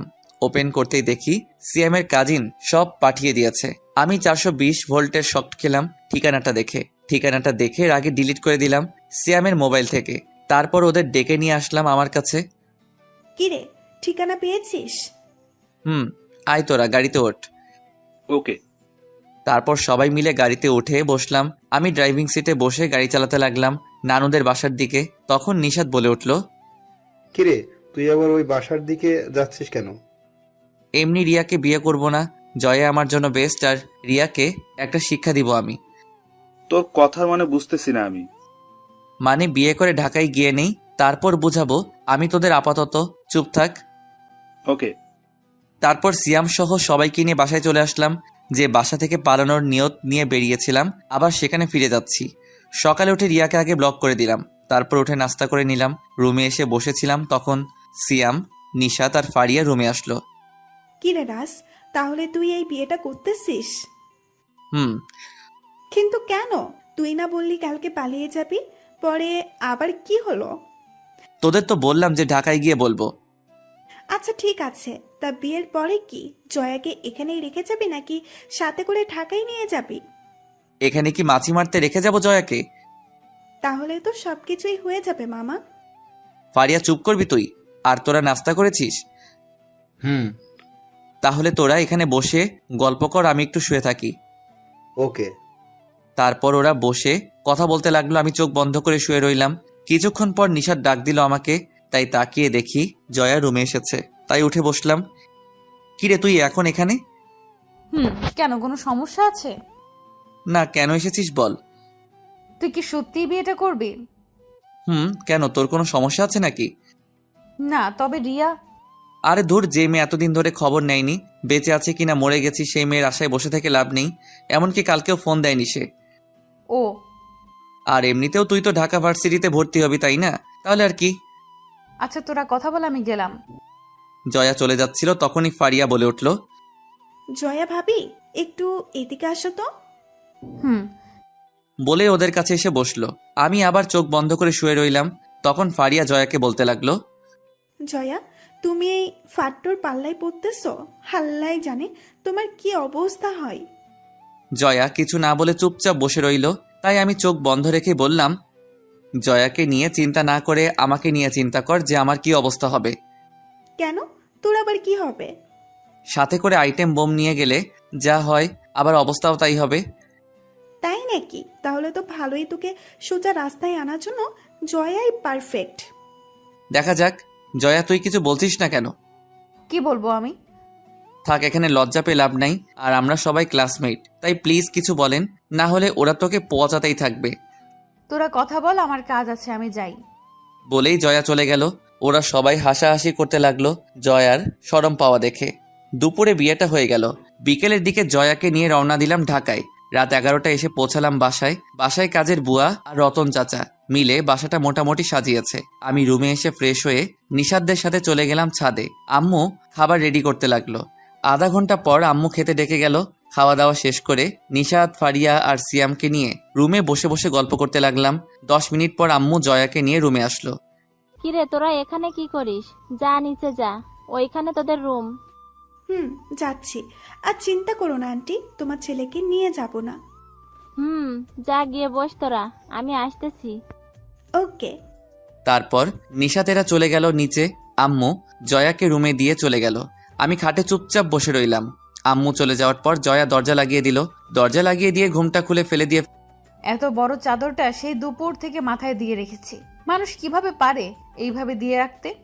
তুই পারিস না বলে কি সবাই পারবে না এমন কোনো কথা আছে নাকি? তা তুই কি খাটে ঘুমাবি নাকি নিচে? মানে বুঝোস নাই? শোন, আমি এখনো বাচ্চা মেয়ে, তাই স্বামীর অধিকার খাটাতে আসবি না। সময় হলে আমিই তোকে বলবো। ওকে। আর হ্যাঁ, চাইলে তুই খাটে আমার সাথে থাকতে পারিস, তবে কোনো রকম চালাকি করার চেষ্টা করতে পারবি না। যদি করিস তাহলে নিচে শোয়াবো, বলে দিলাম। আর কোনো শর্ত আছে তোর? না, কেন? আচ্ছা, বিয়ে কি তুই আমাকে করেছিস নাকি আমি তোকে বিয়ে করেছি? তুই আমাকে করেছিস আর আমি তোকে করেছি। আচ্ছা বাদ দে সব, অনেক রাত হয়ে গেছে। ঘুমালে ঘুমাতে পারিস, আর তুই না ঘুমালে আমাকে ঘুমাতে দে। তোকে ঘুমাতে না করেছি নাকি? তুই ঘুমা। ধন্যবাদ বলেই শুয়ে গেলাম। শুয়ে শুয়ে ভাবতে লাগলাম যে অন্য 10টা লোকের মতো আমার আর বউয়ের ঘুমটা তুলে তার মায়াবী মুখটা দেখা হলো না। অন্যদের মতো আমার বউ আর সালাম করলো না। যাক, তাও মেনে নিলাম। কিন্তু সব থেকে আলাদা ব্যাপার হলো বাসর রাতে জয়ার শোনানো কথাগুলো। এসব কথা ভাবতে ভাবতে কখন যে ঘুমিয়ে গেলাম তা নিজেও জানি না। সকালে চোখ খুলে দেখি বাইরে রোদ উঠে গেছে, কিন্তু বুকে ভারী কিছু দিয়ে চাপ দিয়ে রেখেছে এমনটা মনে হলো। তাকিয়ে দেখি জয়া শুয়ে আছে, এখনো ঘুমাচ্ছে। তাই জয়াকে আস্তে করে ডাক দিলাম। জয়া ঘুমের মাঝে বলে উঠল, কি হলো, এত সকালে ডাকতেছিস কেন? কোথাও শুনেছিস নতুন বউ সকাল 7টা পর্যন্ত ঘুমাতে? কি, 7টা বেজে গেছে?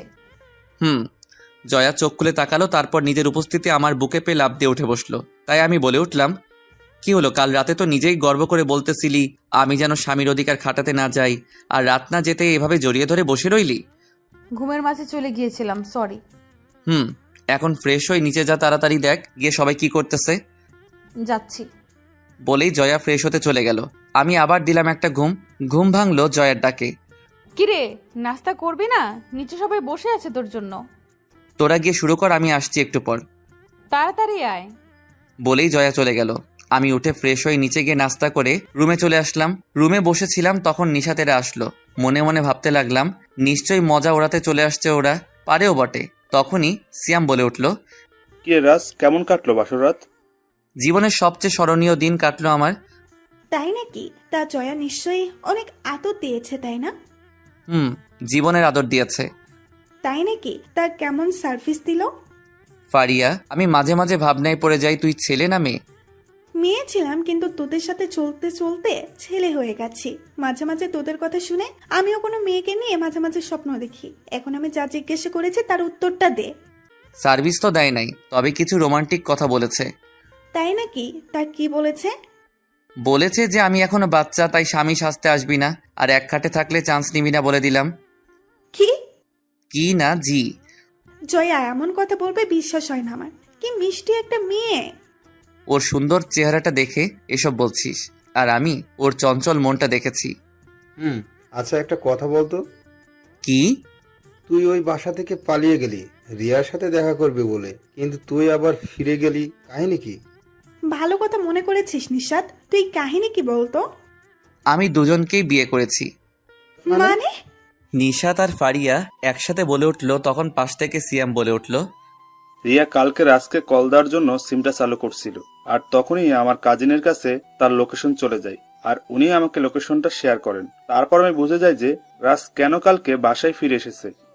ও, তার মানে? বাহ, রাজকে কি ঘুরালো এতটা দিন। যাক, অবশেষে ধরা খেয়েই গেল। তবে আমি এখন প্রতিশোধ নিতে চাই। মানে? 7 দিন আমাকে প্যারা দিয়েছে, আমিও তাকে কয়েক মাস প্যারা দিতে চাই। তোরা সঙ্গ দিবি কিনা বল? আমরা তো সব সময় তোর সাথে আছি, কিন্তু কিভাবে প্রতিশোধ নিবি এটা আগে বল। আমাকে একটু ভাবতে দে, আর তোরাও একটু ভাব, উপায় পেলে বলবি। ওকে।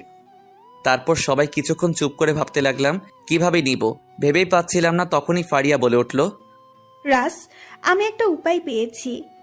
বল শুনি কি উপায়। শোন, আমরা একটা ফেক রিয়া সাজিয়ে তার সাথে তুই মিথ্যা নাটক করতে থাকবি, আর এদিকে উনি চলবে আর পুড়বে। Great idea. সব ঠিক আছে, কিন্তু এই ফেক রিয়াটা হবে কে? আরে চিন্তা করিস না, আমার একটা কাজিন আছে, আমাদের বাসায় থাকে। সে দেখতেও সুন্দর, তার উপর আবার অ্যাক্টিং ভালো পারে। তুই আসলে একটা চিজ, মানুষের উপকারের চেয়ে ক্ষতিটা কিভাবে করতে হয় তা খুব ভালো করে জানিস, আর এমন লোক টিমে থাকা দরকার। ওই তুই চুপ কর, আসছে আমারে বলতে। ওকে, তুই কথা বলে দেখ, কালকে বিকেলে আমি পুরনো বাড়িতে আসব, ওইখানে কথা হবে। ওকে। তারপর সবাই যার যার মতো বসে বসে মজা করতে লাগলাম। আর এদিকে জয়া আম্মুর সাথে রান্না শিখতে ব্যস্ত। এত বড় হয়ে গেছে এখনো রান্না শিখে নাই। যাক, মামাদের আদরের মেয়ে, তাই আম্মু জয়াকে তার শিষ্য বানিয়ে নিল। দুপুরে খাওয়া দাওয়া করে সিয়ামেরা চলে গেল। আমি রুমে বসে মোবাইল টিপতে লাগলাম। কিছুক্ষণ পর জয়া রুমে আসলো, এসেই চারদিকে চার হাত পা ছড়িয়ে শুয়ে পড়ল। আমার দিকে তাকিয়ে হালকা করে একটা হাসি দিল। কি হলো, দাঁত বাহির করে আছিস কেন? তোকে একটা কাজ করে দিতে হবে। কি কাজ? আমার মাথাটা ব্যথা করতেছে, একটু টিপে দিবি প্লিজ? আর কাউকে পেলি না এটা বলার জন্য যে আমি যে তোর স্বামী, সেটা ভুলে গেলি নাকি? চুপ কর, আর যা বলছে তা কর। আসছে স্বামী হইতে, তাড়াতাড়ি মাথার একটু টিপে দে। আর এই বাসাতে আঙ্কেল আন্টি ছাড়া তো তুই আছিস, তাহলে আর কাকে বলবো? ওকে, কিন্তু বেশি নড়াচড়া করতে পারবি না, ঠিক আছে? আমি গিয়ে দেয়ালের সাথে পিঠ ঠেকিয়ে ধাক্কা দিয়ে বসলাম। ওকে। জয়া বালিশ নিয়ে আমার কোলে রাখলো, তারপর সেটার উপর শুয়ে পড়ল। আমি আস্তে আস্তে জয়ার মাথাটা টিপে দিতে লাগলাম। তখনই জয়া বলে উঠল, রাজ, তুই যে বউয়ের সেবা করতেছিস সেটা আঙ্কেল আন্টি জানলে কি করবে? প্রথমত তুই আমাকে দিয়ে তোর সেবা করাচ্ছিস, শুনলে তোকে তোর বাসায় পাঠিয়ে দিবে, তারপর আবার আমাকে বিয়ে করাবে। চুপ শয়তান, আবার বিয়ে করবে? শখ কি ওনার? কেন, আরেকটা বিয়ে করলে তোর কি সমস্যা? আরেকটা বিয়ে করলে ওই বউটা আমাকে আদর করবে, আরো কত কিছু। আর আমি তোকে এমন মার মারবো যে জীবনে আর আদর খাওয়ার নাম নিবি না। রাখ, আব্বু আম্মুকে তোর গুন্ডি স্বভাবের কথাটা বলবো আজকেই। যা গিয়ে বলে দেখ, আঙ্কেল আন্টি বিশ্বাস করবে না। ওই, আমার আব্বু আম্মু তোর আঙ্কেল আন্টি লাগে বিয়ের পরেও? আমার যখন যেটা মন চাইবো তখন সেটাই বলবো, তাতে তোর কোনো সমস্যা?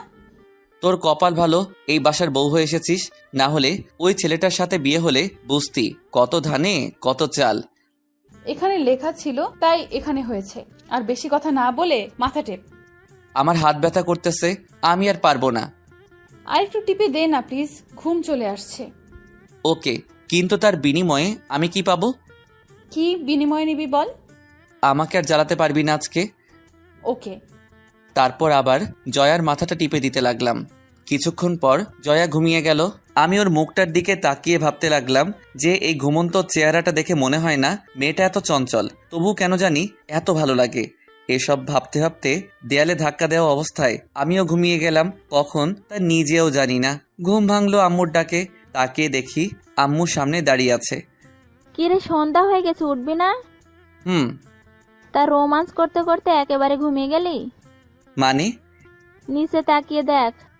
নিচে তাকিয়ে দেখি জয়া আমার কোলে শুয়েই ঘুমিয়ে রয়েছে। আম্মুকে বললাম, তুমি এটাকে রোমান্স করেছি ভাবতেছো? তোমার ভাইয়ের মেয়ে আমাকে দিয়ে তার মাথা টিপিয়েছে। তো কি হয়েছে? আচ্ছা, এমন মেয়েকে আনতে পারলে না যে আমার একটু সেবা করবে? চুপ কর, কালকে মেয়েটা এসেছে আর আজকে খুঁট ধরা শুরু করেছিস? তুই তোর বাবার বা বংশের একটা নৌকো ফেলবি। এখানে আব্বু আর আমার বংশ আসলো কোথা থেকে? তোর বাবা আর তোর দাদু সারা জীবন আমার খুঁট ধরে এসেছে, আর এখন তুই আমার ভাইয়ের মেয়েটাকে নিয়ে পড়েছিস খুঁট ধরতে? তোরা ভালো হবি কবে বলতো? আম্মু, আমার ভুল হয়েছে। তোমার ভাইয়ের মেয়েকে নিয়ে এখন যাও, আর মহারানীকে উঠিয়ে তোমার সাথে নিয়ে যাও। তোর বউ তুই নিয়ে আয়, আমি গেলাম। বলেই আম্মু সুরসুর করে রুম থেকে চলে গেল।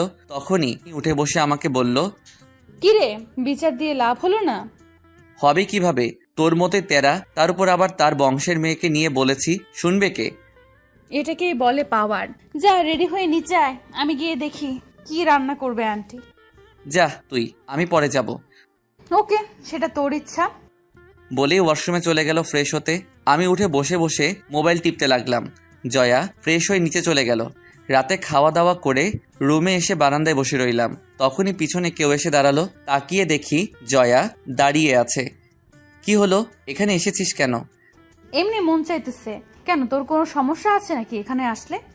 আরে না, এটা তো আপনাদের রাজত্ব, আপনারা যেখানে মন চাই যেতে পারবেন। এখন রুমে আয়, ঘুমাবি। তুই গিয়ে ঘুমা, আমি একটু পরে আসবো।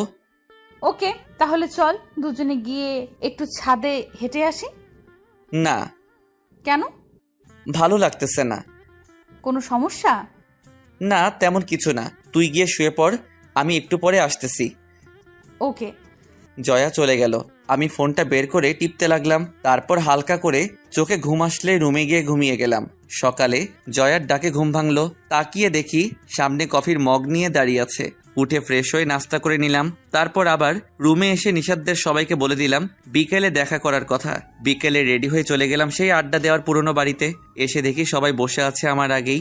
ফারিয়ার কাজিনকে দেখলাম, দেখতে অনেক সুন্দর। তারপর ওর মোবাইল নাম্বার নিয়ে রিয়া দিয়ে সেভ করে নিলাম।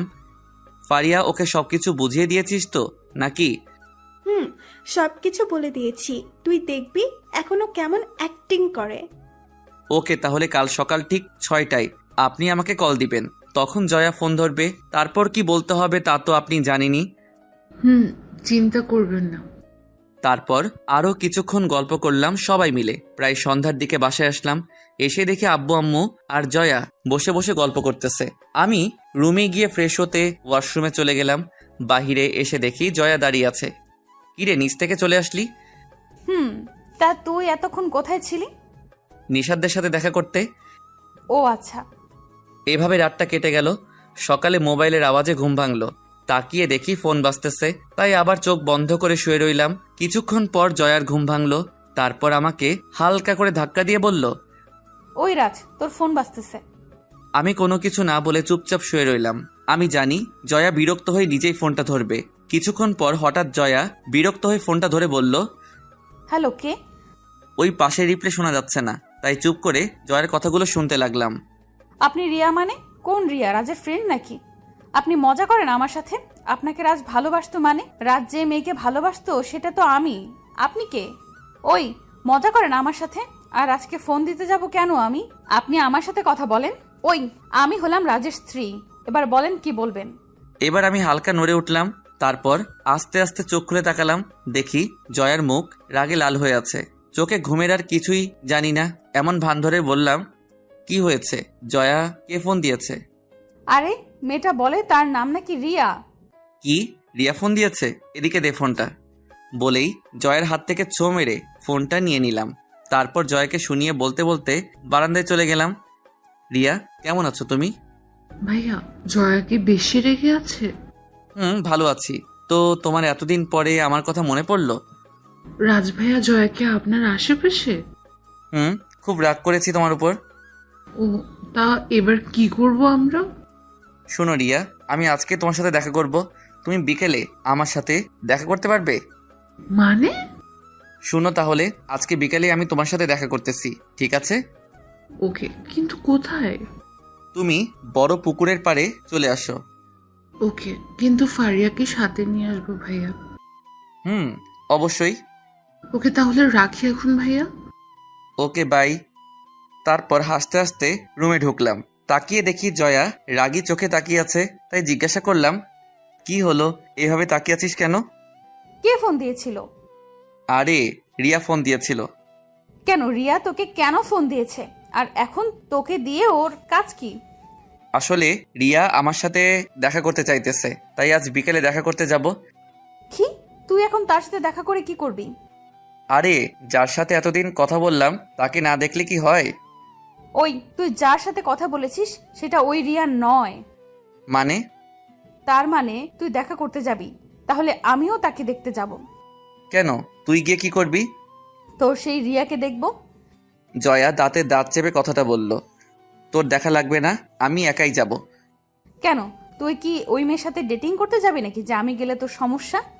তোর থেকে যদি সুন্দর হয় তাহলে তো ডেটিংয়ে যাবই। জয়া আর কিছু না বলে এবার আরো রেগে লাল হয়ে গেল। আর কিছু না বলে ঠাস করে গালে একটা চর বসিয়ে দিল। আমি হা হয়ে গেলাম।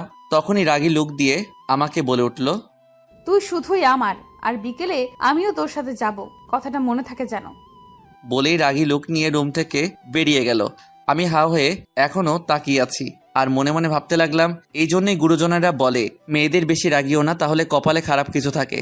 আর আমার বেলায় খারাপটা গালে এসে পড়লো। এসব ভাবতে ভাবতে খাটে গিয়ে শুয়ে গেলাম। ঘুমটা ঠিকভাবে হয়নি, তাই ভাবলাম আরেকটু ঘুমিয়ে পূরণ করে নেই।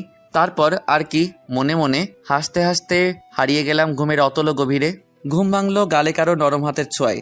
চোখ খুলে তাকিয়ে দেখি জয়া পাশে বসে আছে আর চরমারা গালটায় হাত বুলিয়ে দিচ্ছে। আমাকে সজাগ হতে দেখে জয়া হালকা একটু নড়ে বসলো, তারপর নিচ থেকে বলে উঠল, সরি রাজ, আসলে তখন থেকে কি হয়ে গিয়েছিল তা নিজেও জানি না। বললাম তো সরি, এবার উঠে আয়, নাস্তা করবি। আমার খেতে মন চাইতেছে না, তুই যা এখন। দেখ সরি বললাম তো, আয় এবার, আর হবে না বলছি। আর দোষ তোরও আছে। আমি আবার কি করলাম? তুই এত উল্টাপাল্টা কথা বলিস কেন? তাই তো রাগ উঠে গিয়েছিল।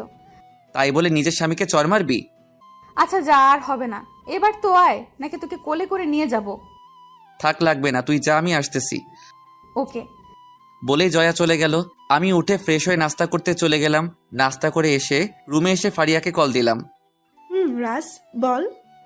শোন, বিকেলে জয়াও আসবে আমার সাথে, তাই ওই মেয়েটাকে সবকিছু বুঝিয়ে দিস আর তুইও আসিস, তবে দূরে কোথাও থেকে নজর রাখিস।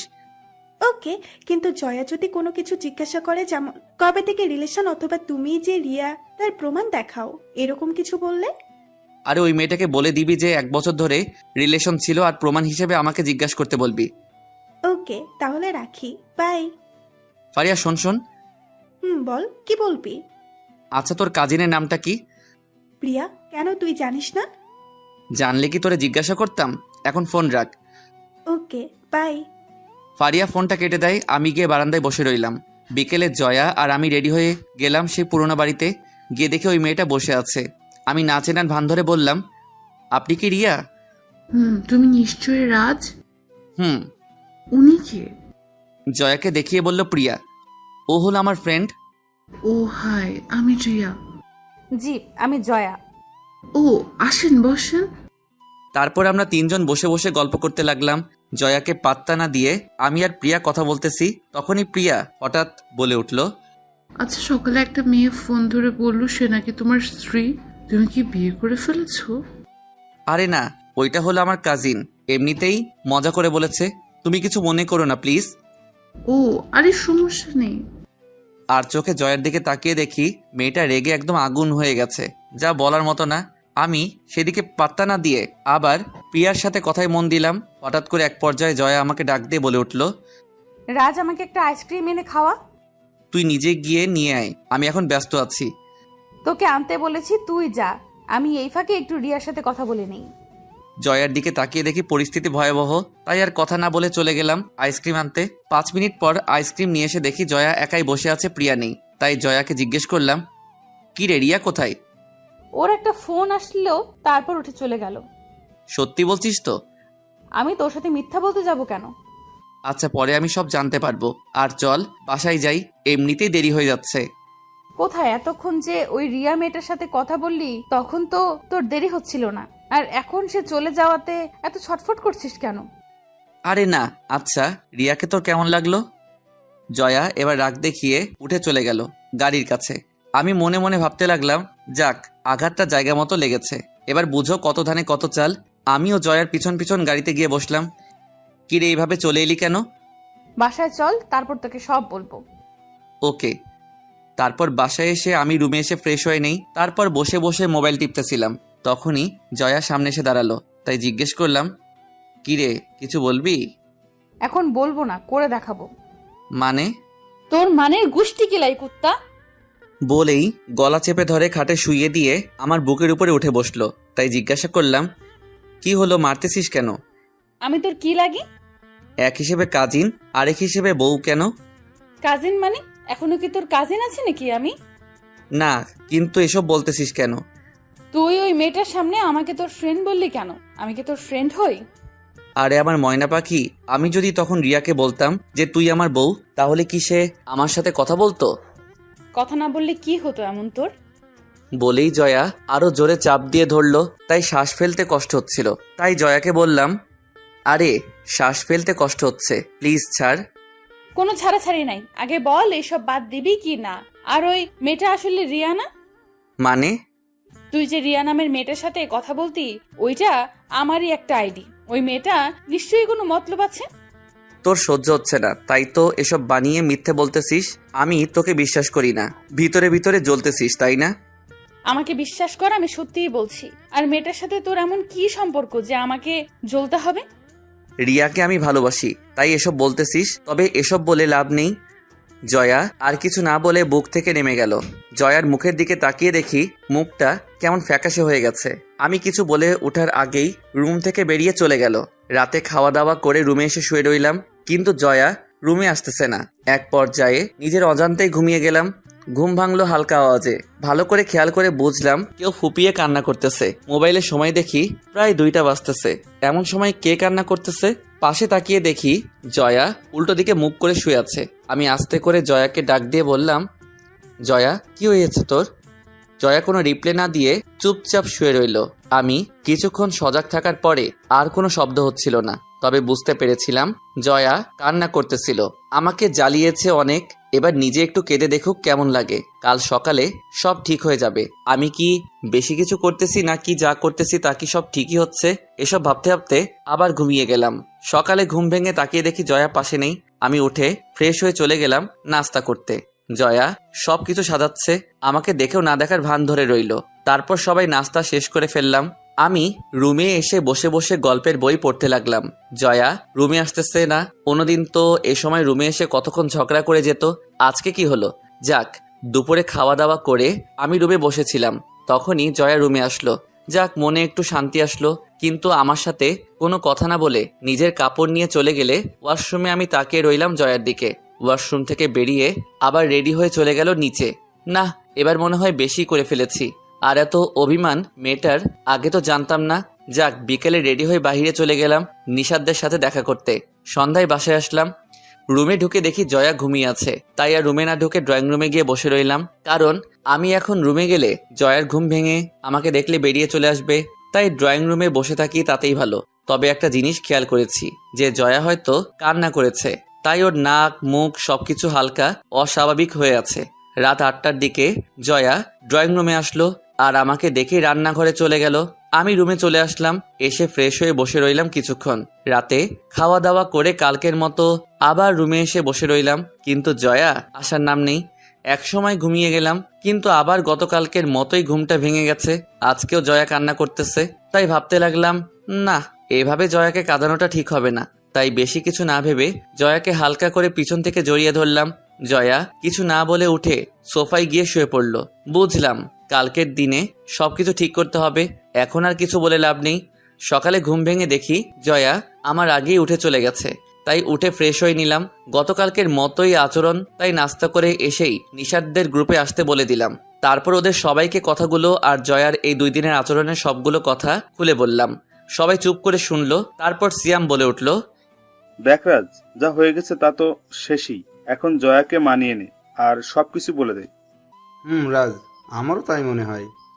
কিন্তু মহারানী তো কথা বলার সুযোগই দেয় না, সবসময় এড়িয়ে চলে। আরে একসময় রুমে আসলে চেপে ধরে সব কিছু বলবি, তারপর দেখবি বুঝবে। ওকে, দেখি কি করা যায়। তারপর ফোন রেখে দিয়ে ভাবতে লাগলাম কিভাবে কি করা যায়। অবশেষে মাথায় একটা বুদ্ধি আসলো, তবে এটা আপনাদের এখন বলবো না। দুপুরে খাওয়া দাওয়া করে রুমে বসে বসে মোবাইল টিপতে লাগলাম। অনেকক্ষণ পরে জয়া রুমে আসলো। গতকালকের মতোই নিজের কাপড় নিয়ে চলে গেল ওয়াশরুমে। কিছুক্ষণ পরে ওয়াশরুম থেকে বেরোলো। ড্রেসিং টেবিলের সামনে দাঁড়িয়ে জয়া চুলগুলো মুছতে লাগলো। তখনই আমি জয়ার পিছনে গিয়ে দাঁড়ালাম। জয়া আয়নায় আমাকে দেখেই আমাকে পাশ কাটিয়ে চলে যেতে লাগলো। তখনই আমি জয়ার হাত ধরে ফেললাম। জয়া ছাড়ানোর চেষ্টা করতে লাগলো। তখন আমি জয়াকে টান দিয়ে এনে দেয়ালে ঠেসে ধরলাম। জয়ার 2 হাত চেপে ধরলাম 2 দিকে। জয়া নিজেকে ছাড়ানোর চেষ্টা করতেছে, কিন্তু তাতে লাভ হলো না। তাই জয়াকে বললাম, কি হয়েছে তোর? জয়া কোনো কথা না বলে চুপচাপ নিজেকে ছাড়ানোর চেষ্টা করতেছে। তাই আবার জয়াকে বললাম, কি হলো, কথা বলবি নাকি লিপ কিস করবো, কোনটা? ছাড় আমাকে। না, আগে আমার কথাগুলোর উত্তর দিবি, তারপর ছাড়বো। আমি কোনো কিছুর উত্তর দিতে পারবো না। আচ্ছা তাহলে এটা বল, 2-3 দিন ধরে আমার সাথে এমনটা করতেছিস কেন? আমি কি করলাম আবার? আমি কি তোকে মেরেছি, কোনো কিছুর জন্য প্রেশার দিয়েছি? তাহলে তার থেকেও বড় কিছু করেছিস, আমাকে অ্যাভয়েড করতেছিস তুই। আমি জানতে চাই। আমার মন চাইতেছে তাই। আর আমার কাছে কি তোর? যা গিয়ে তোর সেই রিয়ার কাছে সময় কাটা। আমার খোঁজ তোকে নিতে বলেছি আমি? চুপ, থাপ্পড় মাইরা দাঁত ফেলাই দিমু। কেন রিয়ার সাথে ঘুরলে তোর কষ্ট লাগে? তাহলে ওই 1 সপ্তাহ যে আমাকে কষ্ট দিয়ে নিজে মজা নিয়েছিলি, তখন কেমন লেগেছিল আমার? এবার বুঝেছিস? বুঝতে হবে না আমার, তুই যা তোর রিয়ার কাছে। আমি তো রিয়ার কাছেই আছি। তুই মিথ্যা বলতেছিস আমার সাথে। ওই মেয়েটাকে তুই নিশ্চয়ই ভালোবাসিস। বুঝেছি, ওর মুখ বন্ধ করতে হবে, তাই বেশি কিছু না ভেবে ওর ঠোঁটে আমার ঠোঁটগুলো বসিয়ে দিলাম। সপ্তম আকাশ থেকে পড়লো। চোখগুলো বড় বড় করে আমার দিকে তাকিয়ে রইল। মিনিট 2 পর জয়াকে ছেড়ে দিয়ে রুম থেকে বেরিয়ে গেলাম। যাওয়ার সময় তাকিয়ে দেখি জয়া তখনও ওইভাবেই দাঁড়িয়ে। ভাবলাম নিশাদদের সাথে দেখা করে আসি, তখনই আম্মু ডাক দিল আমাকে। আম্মু কিছু বলবে? এদিকে আয়। আমি গিয়ে সোফায় বসলাম। তখন জয়াও এখানে এসে হাজির হলো। তারপর আম্মু বলল, তোর আব্বু কালকে সপ্তাহখানেকের জন্য দেশের বাইরে চলে যাবে, আর আমিও এই সুযোগে তোর বড় আন্টির বাসা থেকে ঘুরে আসব। তাহলে তোমার সাথে জয়াকেও নিয়ে যাও, জয়াও কিছুদিন ঘুরে আসবে। আমার সাথে কাউকেই নিয়ে যাব না, তোরা দুজন বাসায় থাকবি, আর মাঝে মাঝে তোকে হয়তো একটু অফিসেও যাওয়া লাগতে পারে। সব ঠিকই আছে, তবে জয়ার হাতের রান্না আমি খেতে পারবো না। এটা তোদের ব্যাপার, তুই কোথায় যাচ্ছিলি যা। আম্মু তুমি কিন্তু এটা অন্যায় করতেছো আমার সাথে। জয়া, তুই পারবি না ওকে সামলে রাখতে? আমি আর কিছু না বলে চলে গেলাম নিশাদদের সাথে দেখা করতে। গিয়ে দেখি ওরা আগে এসে বসে আছে। আমাকে দেখে ফারিয়া বলে উঠল, পৃথিবীতে আছে একটা ছেলে যে কিনা বিয়ের পরেও পিওর ভার্জিন। তা অবশ্য ঠিকই, কপাল ভালো হলে যা হয় আর কি। তা জয়ার রাগ কি কমেছে, নাকি এখনো সে আগের মতোই আছে? রাগ ভেঙেছে মহারানীর, তবে সমস্যা তো অন্য জায়গায়। আবার কি হলো? আরে আব্বু কাল দেশের বাইরে চলে যাবে, আর আম্মু চলে যাবে বড় আন্টির বাসায়। আর এই কয়েকদিন নাকি জয়ের হাতে রান্না খেতে হবে। তোর সমস্যা কোথায়? আরে জয়া রান্না করতে পারে না, আর এই কয়েকদিনে যা শিখেছে তা খেলে শিওর মারা যাবো ডায়রিয়া হয়ে। আরে না, দেখিস ভালোই হবে। তাই যেন হয়। না হলে সমস্যা কি? তুই তো নিজেই রান্না করতে পারিস। জয়ের হাতে রান্না খেতে না পারলে নিজে বানিয়ে খাবি। দেখি কি হয়। তারপর ওদের সাথে আরো কিছুক্ষণ গল্প করে সন্ধ্যায় বাসায় চলে আসলাম। রুমে গিয়ে ফ্রেশ হয়ে নিলাম। খাটে বসে বসে ফোন টিপতেছিলাম, তখন জয়া রুমে আসলো।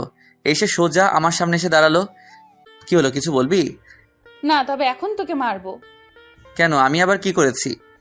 দুপুরে তুই 2টা ভুল করেছিস, তাই কোনোটার শাস্তি আগে নিবি সেটা বল। আগে দোষগুলো শুনে নেই, তারপর ঠিক করব।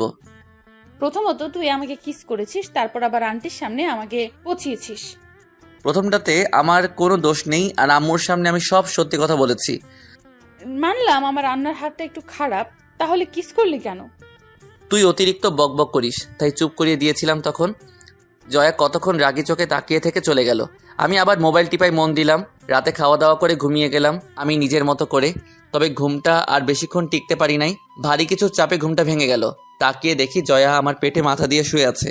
মনে মনে হালকা হাসলাম যে মেয়েটা ঘুমটাও ঠিক শিখে নাই। জয়াকে ওর সিটে শুইয়ে দিয়ে আবার একটু ঘুমানোর ট্রাই করতে লাগলাম। তখন জয়া আবার এসে আমাকে জড়িয়ে ধরলো। এবার আর কিছু না বলে মাথায় হাত বুলিয়ে দিতে লাগলাম। তারপর ওর দিকে কিছুক্ষণ তাকিয়ে রইলাম। হঠাৎ করে চোখটা লেগে যায়। সকালে ঘুম ভেঙে যায় তাড়াতাড়ি। জয়া এখনো ঘুমাচ্ছে, তাই আমি আর জয়াকে না ডেকে নিচে গেলাম। গিয়ে দেখি আব্বু নাস্তা করতেছে। কিছুক্ষণের মাঝেই বেরিয়ে যাবে, তখনই আম্মু বলে উঠল, কিরে, এত তাড়াতাড়ি উঠে গেলি? না, এমনি ভালো লাগছিল না তাই। জয়া কি উঠেছে? তোমার ভাইয়ে জি নবাবের মেয়ে এত তাড়াতাড়ি উঠবে? চুপ, সব সময় আমার সহজ সরল ভাইজিটার পিছনে লেগে থাকিস। ওঠা লাগবে না, জয়াও আরো কিছুক্ষণ ঘুমাক। তোমাদের বংশের সবাই তুলসী পাতা, আর যত খারাপ আমরা বাবা ছেলেই। এই তো বুঝেছিস। নাস্তা শেষ করার পর আব্বু চলে গেল, আর আমি কফি নিয়ে রুমে গেলাম। গিয়ে দেখি এখনো ঘুমাচ্ছেন মহারানী, তাই আর ডাক দিলাম না। বিকেলে আম্মু চলে গেল বাসা থেকে, আর যাওয়ার আগে বাচ্চাদের মতো করে আমাকে বুঝিয়ে দিয়ে গেল জয়াকে যেন এই কয়েকদিন কষ্ট না দেই। এখন আম্মুকে কে বোঝাবে যে এই কথাগুলো জয়াকে বলা দরকার। রাতে খাওয়া দাওয়া করে একটু তাড়াতাড়ি ঘুমিয়ে গেলাম। সকালে জয়ের ডাকে ঘুম ভাঙলো। কিরে, নাস্তা করবি না? তুই যা, আমি আসতেছি। ফ্রেশ হয়ে চলে গেলাম নাস্তা করতে। গিয়ে টেবিলে বসতে জয়া এনে রুটি সামনে দিল। রুটি দেখে আমি পুরাই হা হয়ে গেলাম। রুটি 3 ভাগের 2 ভাগ পুরা আর বাকি 1 ভাগ কাঁচা। জয়ার মুখের দিকে তাকিয়ে দেখি জয়াও চিন্তায় আছে, এগুলো খাবো কিভাবে? তাই জিজ্ঞেস করলাম, জয়া তুই খেয়ে নিয়েছিস? না, খাবো একটু পরে। ভালো করেছিস, না হলে এগুলো খেলে আমি শিওর দুজন ডায়রিয়া হয়ে মারা যাব। অনেক খারাপ হয়ে গেছে তাই না? চিন্তা করিস না, আমি অনলাইনে খাবার অর্ডার করে দিয়েছি, কিছুক্ষণের মাঝে চলে আসবে। ওকে। আচ্ছা, তুই ওই বাড়িতে কি করলি এত বছর, যে রান্নাটাও শিখলি না? ওইখানে কি শিখবো আর কি শিখবো না তাকে তোকে বলতে হবে? বেশি বকবক করলে দুপুরে বাসার খাবার খাওয়াবো বলে দিলাম। তুই যা রান্না করবি তাই খেতে পারবো না, আর অযথা খাবার নষ্ট হবে। তার চেয়ে ভালো আমি রান্না করব, তুই শুধু বসে বসে খাবি। তুই রান্না করতে পারিস? তো তোর মতো অকাজের লোক নাকি আমি? তাহলে আমি আর রান্না শিখে কি লাভ? তুই যেহেতু রান্না করতেই পারিস। চুপ কর, আসছে আমার হাতের খাবার সারা জীবন খেতে, বিপদে পড়ে করতেছি। আম্মু আসলে সবকিছু শিখে নিবি। ওকে, এখন নাস্তা আসলে রুমে নিয়ে আসিস। বলেই জয়া রুমে চলে গেল। আমি বসে বসে মোবাইল টিপতে লাগলাম। দুপুরে রান্না করতেছিলাম, তখনই জয়া আসলো রান্নাঘরে আর বলল, কয়জনের কপালে এমন স্বামী পড়ে বলতো? মানে? কয়জন মেয়ে এমন স্বামী পায় যে তার স্বামী তাকে রান্না করে খাওয়াবে? পাম দিতে এসেছিস? না, নিজের চাঁদ কপালের কথাটা বলতে আসলাম। ঠিক আছে, এবার যান এখান থেকে, এত বকবক করতে বলি নাই আমি। তোকে হেল্প করব? করলে পারিস, তাতে তুই কিছু শিখতে পারবি। কি হেল্প লাগবে বল? তুই সবজি কাটতে পারিস? সবজি কাটা তো আমার বাম হাতের খেলা। ও, তাহলে টমেটোগুলো একটু কেটে দে। জয়া টমেটোগুলো কাটতে লাগলো আর আমার দিকে তাকিয়ে মুচকি হাসতে লাগলো। তাই বললাম, ওই সাবধানে কাট, না হলে ছুরি হাতে লেগে যাবে। জয়া একটু ভাব নেওয়ার জন্য ছুরিটা ডান হাত থেকে বাম হাতে নিয়ে টমেটোগুলো কাটতে লাগলো। আমি নিজের কাজে মন দিলাম। হঠাৎ জয়া ওহ করে আওয়াজ করে উঠলো। তাকে দেখি জয়া আঙুল চাপ দিয়ে ধরে আছে আর পাশ দিয়ে রক্ত বের হয়ে পড়তেছে। সাথে সাথে রুমে নিয়ে ব্যান্ডেজ করে দিলাম। রাগও হলো একটু, তারপর আমি আর কিছু না বলে রুমে শুইয়ে দিয়ে রান্নাঘরে চলে আসলাম। রান্না শেষ করে গিয়ে দেখি শুয়ে আছে। আমাকে দেখে উঠে বসলো। তাই বললাম জয়াকে, যা পারিস না তা নিয়ে ঘাটাঘাটি না করলে কি তোর পেট ভরে না? আর একটু হলে কি হতো দেখেছিস? জয়া কিছু না বলে চুপচাপ বসে রইল। যা ফ্রেশ হয়ে নে, খেতে হবে। জয়া কিছু বলল না, আঙুলে পলিথিন পেঁচিয়ে ওয়াশরুমে চলে গেল। খাওয়ার টেবিলে বসে দেখি জয়া হাত দিয়ে খেতে পারবে না, কারণ কেটেছে তাও ডান হাতটা। রাগটা আরো বেড়ে গেল। দেখলি পাকনামি করতে গিয়ে এখন নিজের হাতে খেতেও পারবি না। জয়া চুপ করে বসে রইল। তাই কোনো উপায় না দেখে নিজেই খাইয়ে দেবো বলে ঠিক করলাম। খাবারটা ওর মুখের কাছে তুলে ধরতেই জয়া আমার দিকে তাকালো। বুঝলাম জয়া কিছু একটা ভাবছে, তাই বললাম, তাকিয়ে থাকবি নাকি খাবিও, কোনটা? জয়া আর কিছু না বলে চুপচাপ খেতে লাগলো। জয়াকে খাইয়ে দিয়ে আমি নিজে খেয়ে নিলাম। তারপর আমি গিয়ে রুমে শুয়ে রইলাম। জয়া এসে আমার পাশে শুয়ে পড়লো। হঠাৎ জয়া বলে উঠল, আন্টির বাসায় না থাকলে অথবা হাতটা না কাটলে তো বুঝতামই না যে আমার স্বামীটা এত কেয়ারিং। পাটাও কেটে নে, তারপর সব জায়গায় না হয় কোলে করে আনা নেওয়া করে দিব। আইডিয়াটা খারাপ না, তবে অন্য কোনো একদিন। থাপ্পড় মাইরা দাঁত ফালাইয়া দিব। আমি মাঝে মাঝে ভাবি যে তোর অন্য কোথাও বিয়ে হলে কি হতো। তোকে এত ভাবতে কে বলেছে? আর এমন একটা কেয়ারিং ছেলে থাকতে খোদা আমার জুটি অন্য কারোর সাথে বাঁধবে, তা হতেই পারে না। বেঁচে গেলি আর কি। যা ভাবিস ভাবতে পারিস, তবে আমাকে ছাড়া অন্য কোনো মেয়ের দিকে নজর দিলে তোর খবর আছে। ঠিক আছে, তবে ফারিয়ার কাজিনটাও কিন্তু কম সুন্দর না, কি বলিস? তারপর হঠাৎ জয়া আস্তে করে একটা চড় দিল, তারপর জড়িয়ে ধরলো। আমি অবাক হয়ে গেলাম জয়ার এমন আচরণে, কারণ সে নিজেই বলেছিল স্বামীর অধিকার যেন না দেখাই, আর সেই এখন। তাই জয়াকে বললাম, ওই তুই কি করতেছিস? চুপচাপ শুয়ে থাক। ছাড় তুই আমাকে, আমার গরম লাগতেছে এখন। আর একটা মেয়ে হয়ে আমাকে এভাবে জড়িয়ে ধরতে তো লজ্জা করে না? এত অ্যাটিটিউড নিতেছিস কেন? মন চাইতেছে তাই এখন ছাড়, আমাকে গরম লাগতেছে। ওকে, আর আসিস আমাকে কিস করতে। লাগবে না তোর কিস। ওই তোর বয়স কত রে, যে এই বয়সে সবকিছু বুঝে নিয়েছিস? তোর থেকে বড় আমি, তাই আজ থেকে সম্মান দিয়ে কথা বলবি। রাখ তোর অ্যাটিটিউড বের করব আমি। কেন, প্রথম দিনে তুই অ্যাটিটিউড নিয়ে কি বলেছিলি তা মনে নেই? প্রতিশোধ নিচ্ছিস?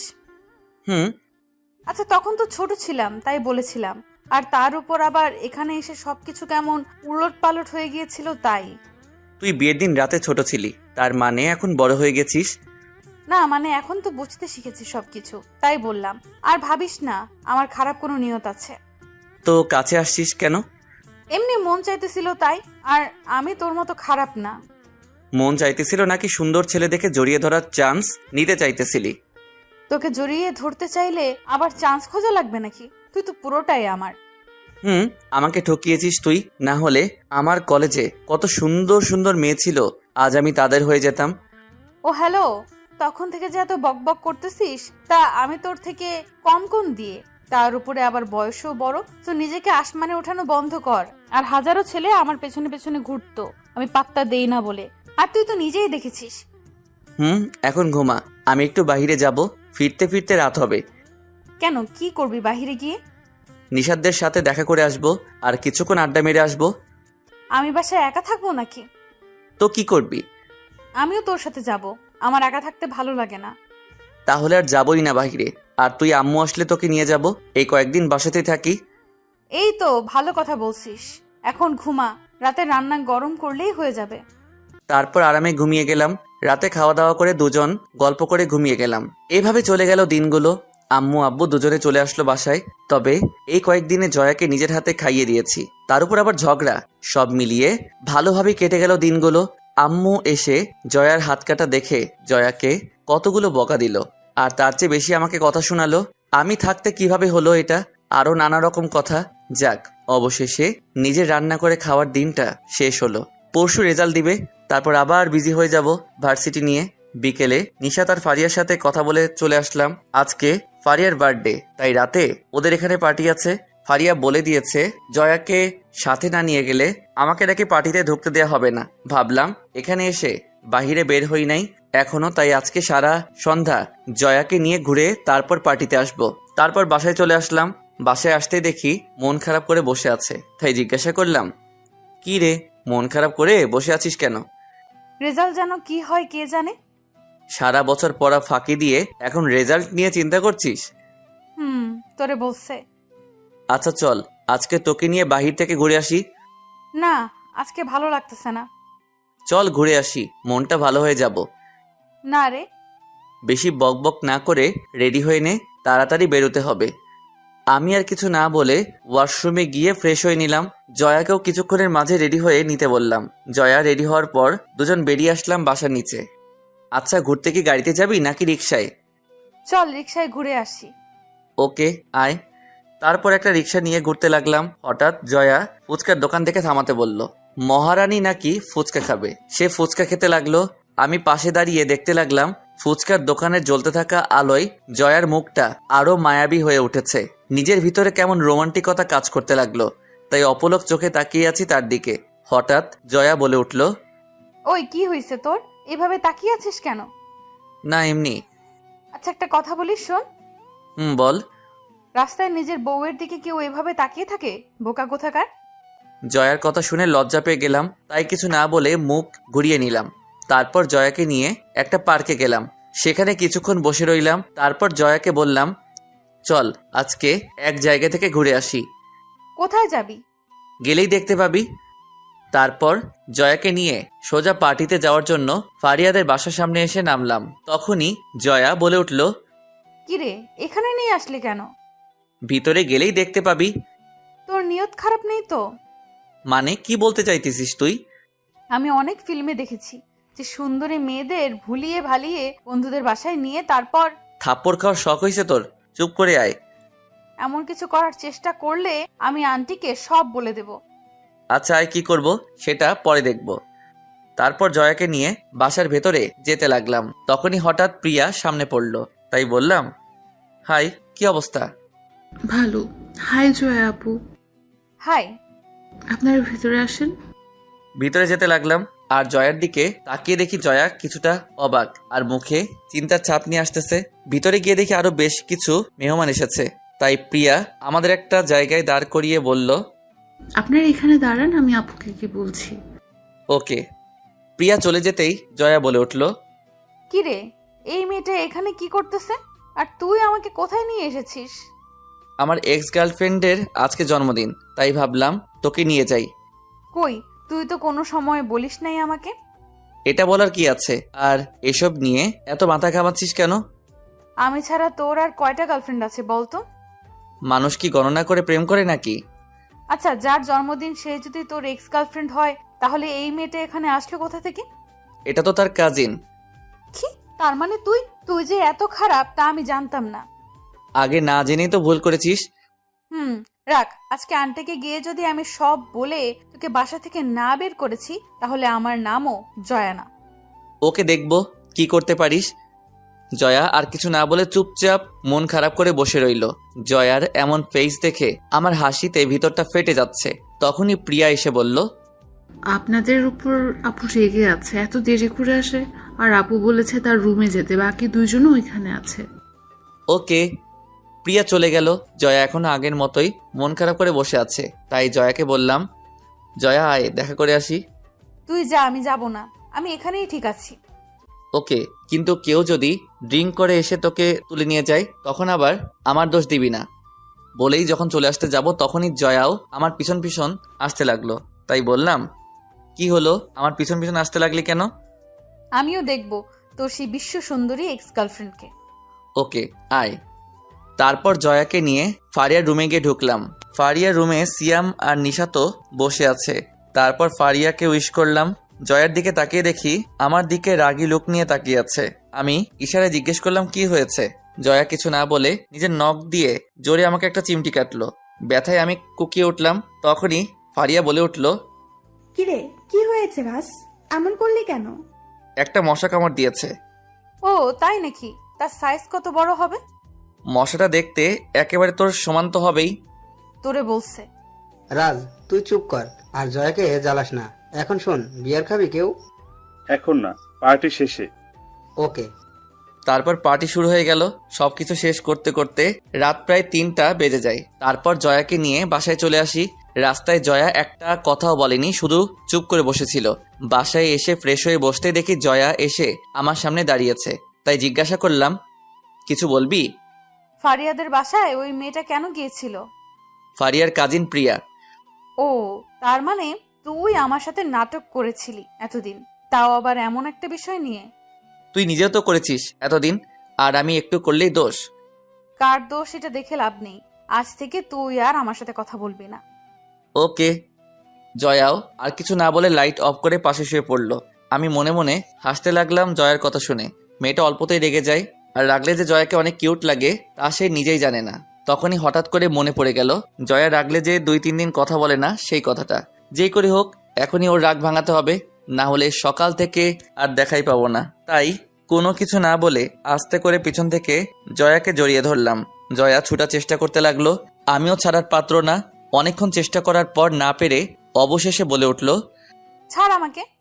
তুই কথা বলতে না করে এখন নিজেই আগে কথা বললি। তোকে ছাড়তে বলছি, ছাড়। ছাড়বো না, আর আমি তো আমার বউকে জড়িয়ে ধরেছি। তো তুই মানুষ ভালো না, তোর সাথে কথা নাই আমার। তুই শুধু আমাকে কষ্ট দিস। আচ্ছা বাদ দে ওইসব, এখন রাগ বাদ দিয়ে ঘুমিয়ে যা। না, তুই আমাকে ছাড়। না, ছাড়বো না। তবে খেয়াল করলাম জয়া এখন আর নিজেকে ছাড়ানোর চেষ্টা করতেছে না। আস্তে আস্তে নিজেকে গুটিয়ে আমার সাথে জড়িয়ে যাচ্ছে। মুখে মুখে বলতেছে ছেড়ে দিতে, আর মনে মনে অন্য কিছু। আমিও কম কিসে। এসব ভাবতে ভাবতে জয়া আবার বলল, ছাড় আমাকে। ওকে, যেমনটা তোর ইচ্ছা। বলেই জয়াকে ছেড়ে দিলাম আর ভাবতে লাগলাম এখনই হয়তো গালে থাপ্পড় অথবা বুকে কিল পড়া শুরু হবে। ভাবতে না ভাবতেই বুকে কিল পড়া শুরু হয়ে গেল। তাই ভাব নিয়ে জিজ্ঞাসা করলাম, কি হলো, মারতেছিস কেন? তুই আমাকে ছেড়ে দিলি কেন? তুই নিজেই তো বলতেছিলি ছাড়তে, তাই ছেড়ে দিয়েছি। বললেই ছেড়ে দিবি? কিছুক্ষণ ধরে রাখতে পারলি না? লে, এটা তো অন্যায় হচ্ছে আমার সাথে। চুপ শয়তান। বলেই জয়া মারার গতিটা আরেকটু বাড়িয়ে দিল। অবশেষে উপায় না পেয়ে আবার জড়িয়ে ধরলাম। জয়াও এবার চুপ হয়ে গেল আর নিজেকে আমার আয়ত্তে নিয়ে আসলো। নিজেকে ঘিরে ফেললো আমাকে দিয়ে। এভাবে দুজন চুপচাপ অনেকক্ষণ শুয়ে রইলাম। কিছুক্ষণ পর জয়া আমার চুলে হাত বুলিয়ে দিয়ে বলে উঠল, রাজ, তোকে একটা কথা বলি। বল। রাজ, তোকে জড়িয়ে ধরতে দিয়েছি বলে তুই এবার ফায়দা উঠাবি না প্লিজ। আমাদের বয়স এখনো হয় নাই। তা তুই বড় হবি কবে? মানে তোর বয়স হবে কবে? 1 বছর পরে আমি নিজেই তোর কাছে যাব। তার আগে আমাকে নিয়ে উল্টাপাল্টা চিন্তা করলে খবর আছে। বুঝলাম। এবার তোকে একটা ছোট্ট স্টোরি শোনাই। আচ্ছা বল। একটা ছেলে ছিল, অনেক বোকা, মানে সহজ সরল আর কি। তো ছেলেটার বউ তাকে অপছন্দ করতো সে বোকা বলে। তাই সে তাকে কষ্ট দেওয়ার জন্য কি করতো জানিস? কি? ছেলেটার বউটা প্রতিদিন ভালো ভালো রান্না করতো, তারপর ছেলেটাকে বলতো, একটু মুখে নিয়ে দেখো তো কেমন হয়েছে। আচ্ছা তারপর আর কি, একটু খেয়ে দেখার পর মেয়েটা ছেলেটাকে রুমে পাঠিয়ে দিত, বলতো এগুলো নাকি খাওয়ার বয়স ছেলেটার হয় নাই এখনো। মেয়েটা তো খুব খারাপ। বলতে গিয়েও থেমে গেল জয়া। জয়া কিছুক্ষণ ভেবে আবার বলে উঠল, ওই তুই কি আমাকে এতগুলো কথা বললি? না, আমি তো তোকে একটা স্টোরি শোনালাম মাত্র, তাতে যদি তুই নিজের আচরণের মিল পেয়ে যাস তাতে আমি কি করতে পারি। চুপ শয়তান, ঘুমা এখন, বেশি বকবক না করে। ওকে, কিন্তু এটা বল তাহলে জড়িয়ে ধরতে বললি কেন? সত্যি বলবো? মিথ্যা বলে তোর কপালে খারাপ আছে বলে দিলাম। ওকে, আসলে আমার কোলবালিশ জড়িয়ে ধরে ঘুমানোর অভ্যাস, তাই তোকে জড়িয়ে ধরতে বলেছি, না হলে ঘুম ভালো হয় না আমার, তাই তোকে জড়িয়ে ধরে রাখতে বলেছি। জয়ার কথা শুনে আমি হা করে তাকিয়ে আছি, কি বলবো। শয়তান নিতে তাহলে এই কারণে আমাকে জড়িয়ে ধরতে বললো। আমি চুপ দেখে জয়া বলে উঠল, কিরে চুপ হয়ে গেলি কেন? কোলবালিশ কি কথা বলতে পারে?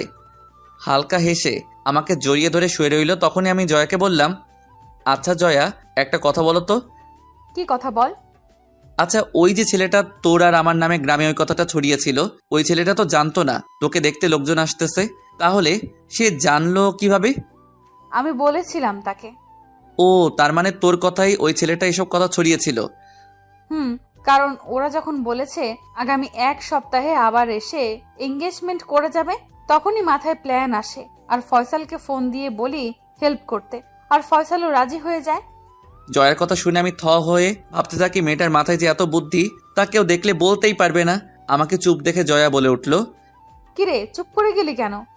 কিছু না, ঘুমাতুই, আমার ঘুম পেয়ে গেছে। জয়াও আর কিছু না বলে চুপচাপ শুয়ে রইল, আর আমিও কথাগুলো ভাবতে ভাবতে ঘুমিয়ে গেলাম। 2 দিন পর আমাদের রেজাল্ট বাহির হয়। সিয়াম, নিশাত, ফারিয়া সহ সবাই রেজাল্ট ভালো করলাম, আর আমাদের সবার থেকে ভালো রেজাল্ট হলো জয়ার। 2 দিন পর রাতে সবাইকে আমাদের বাসায় আসতে বলে দিলাম।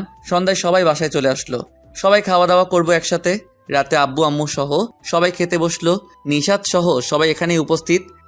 রাজ, কি ঠিক করলি? তুই কোথায় ভর্তি হবি? সবাই এক ভার্সিটিতেই ভর্তি হব। তাহলে জয়াকেও তোদের সাথে ভর্তি করে দিব। কি বলো, জয়া আমাদের সাথে ভর্তি হয়ে কি করবে? জয়াকে অন্য কোথাও ভর্তি করাও। কেন? দেখ মেয়েটা একা একা কিভাবে চলাফেরা করবে, আর শহরেও তো মেয়েটা নতুন। আন্টি তো ঠিকই বলেছে, জয়া কেন অন্য কোথাও ভর্তি হবে? আর এমনিতেও তোদের সাথে ঝগড়া করে পেরে উঠি না, জয়া থাকলে আমার দল ভারী হবে। আন্টি, জয়া আমাদের সাথেই ভর্তি হবে, আপনি চিন্তা করিয়েন না। আমিও সহমত। ওকে, সবাই রাজি থাকলে আমার কোনো অসুবিধা নেই। জয়া কিছু না বলে চুপচাপ খেতে লাগলো, আর আমার পায়ে পা দিয়ে রাখলো টেবিলের নিচে। কয়েকদিন পর সবাই গিয়ে ভর্তি হয়ে আসলাম। জয়াও আমাদের সাথেই ভর্তি হয়েছে, আর তাতে ফারিয়া অনেক খুশি, কারণ তার মহিলা টিম ভারী হয়েছে। আবার এভাবে কাটতে লাগলো দিন। জয়াও অনেক খুশি। বাসায় এসে যে সময়টা থাকে সেই সময়টা আম্মুকে রান্নার কাজে হেল্প করে। রাতে আমাকে জড়িয়ে ধরে ঘুমানো, সকালে আমার ডাকে ঘুম ভাঙে জয়ার। তারপর আবার সে রেডি হয়ে ভার্সিটি। এইভাবে চলতে লাগলো দিনগুলো। এভাবে সত্যি 1 বছর চলে গেল। ভার্সিটিতে প্রথম সেমিস্টারে পরীক্ষা দেওয়া হয়ে গেলে কয়েকদিন ভার্সিটি বন্ধ পেলাম। বিকেলে ঘুমাচ্ছিলাম, তখনই মাথার চুলগুলোতে কেউ হাত দেওয়ায় ঘুমটা ভেঙে যায়। তাকিয়ে দেখি জয়া বসে বসে চুলে হাত বুলিয়ে দিচ্ছে। তাই আমি জিজ্ঞেস করলাম জয়াকে, কি রে, এখানে বসে আছিস কেন? জয়া কিছু না বলে জড়িয়ে ধরে শুয়ে পড়ল। আমিও কিছু না বলে জয়াকে জড়িয়ে ধরে শুয়ে রইলাম। রাতে খাওয়া দাওয়া শেষ করে কিছুক্ষণ টিভি দেখে রুমে আসলাম। রুমে এসে দেখি জয়া দাঁড়িয়ে আছে নীল রঙের শাড়ি পরে। জয়াকে শাড়ি পরতে দেখে আমি রীতিমতো হতবাক। আমি জয়ার কাছে গেলাম, কি রে আজকে হঠাৎ শাড়ি? এমনি ভালো লাগতেছিল না তাই। জয়ার পুরো শরীরের দিকে তাকিয়ে দেখি পুরো এক নীল পরি আমার সামনে দাঁড়িয়ে। ওর দুধে আলতা গায়ের রঙে নীল শাড়ি, যেন পুরো টাসকি খেয়ে বসে গেলাম। তখন জয়া বলে উঠল, কিরে এইভাবে বসে গেলি কেন? দেখ প্লিজ, শাড়িটা পাল্টে আয় তুই। কেন? না হলে কি করতে কি করে ফেলি তা নিজেও বলতে পারি না। কি করবি শুনি? বলেই জয়া আমার সামনে এসে দাঁড়ালো। আমি ওর নাভির দিকে তাকিয়ে রইলাম। আমি কি ভেবে যেন নজরটা নামিয়ে নিলাম। তখন জয়া বলে উঠল, কিরে তুই নজর নামিয়ে ফেললি কেন? যেখান থেকে নজর নামিয়েছিলি সেখানে তাকা বলছি। এবার আরো অবাক হয়ে জয়ার দিকে তাকালাম। জয়া মুচকি হাসলো। আমি জয়ার কোমর জড়িয়ে ধরলাম। জয়ার পেটে একটা কিস করতেই জয়া কেঁপে উঠল। তারপর জয়া আমার কোলে বসে গেল। আমি বললাম, বিয়ের 1.5 বছর পর বাসরাত করতেছি, এটার ইতিহাস হওয়া দরকার। তো কি হয়েছে, আমাকে বড় হওয়ার জন্য সময় লাগবে তা নিয়েছিলাম আমি। ও তাই নাকি? তা আর কিছু বলতে দিল না। বলা শেষ করার আগেই জয়া আমাদের 4 ঠোঁট এক করে দিল। আমি ওর কাণ্ড দেখে হা করে দেখছিলাম জয়াকে। তারপর আর কিছু বলার নেই, আর কিছু বললে বেশি হয়ে যাবে, তাই গল্পটা এখান পর্যন্তই থাক।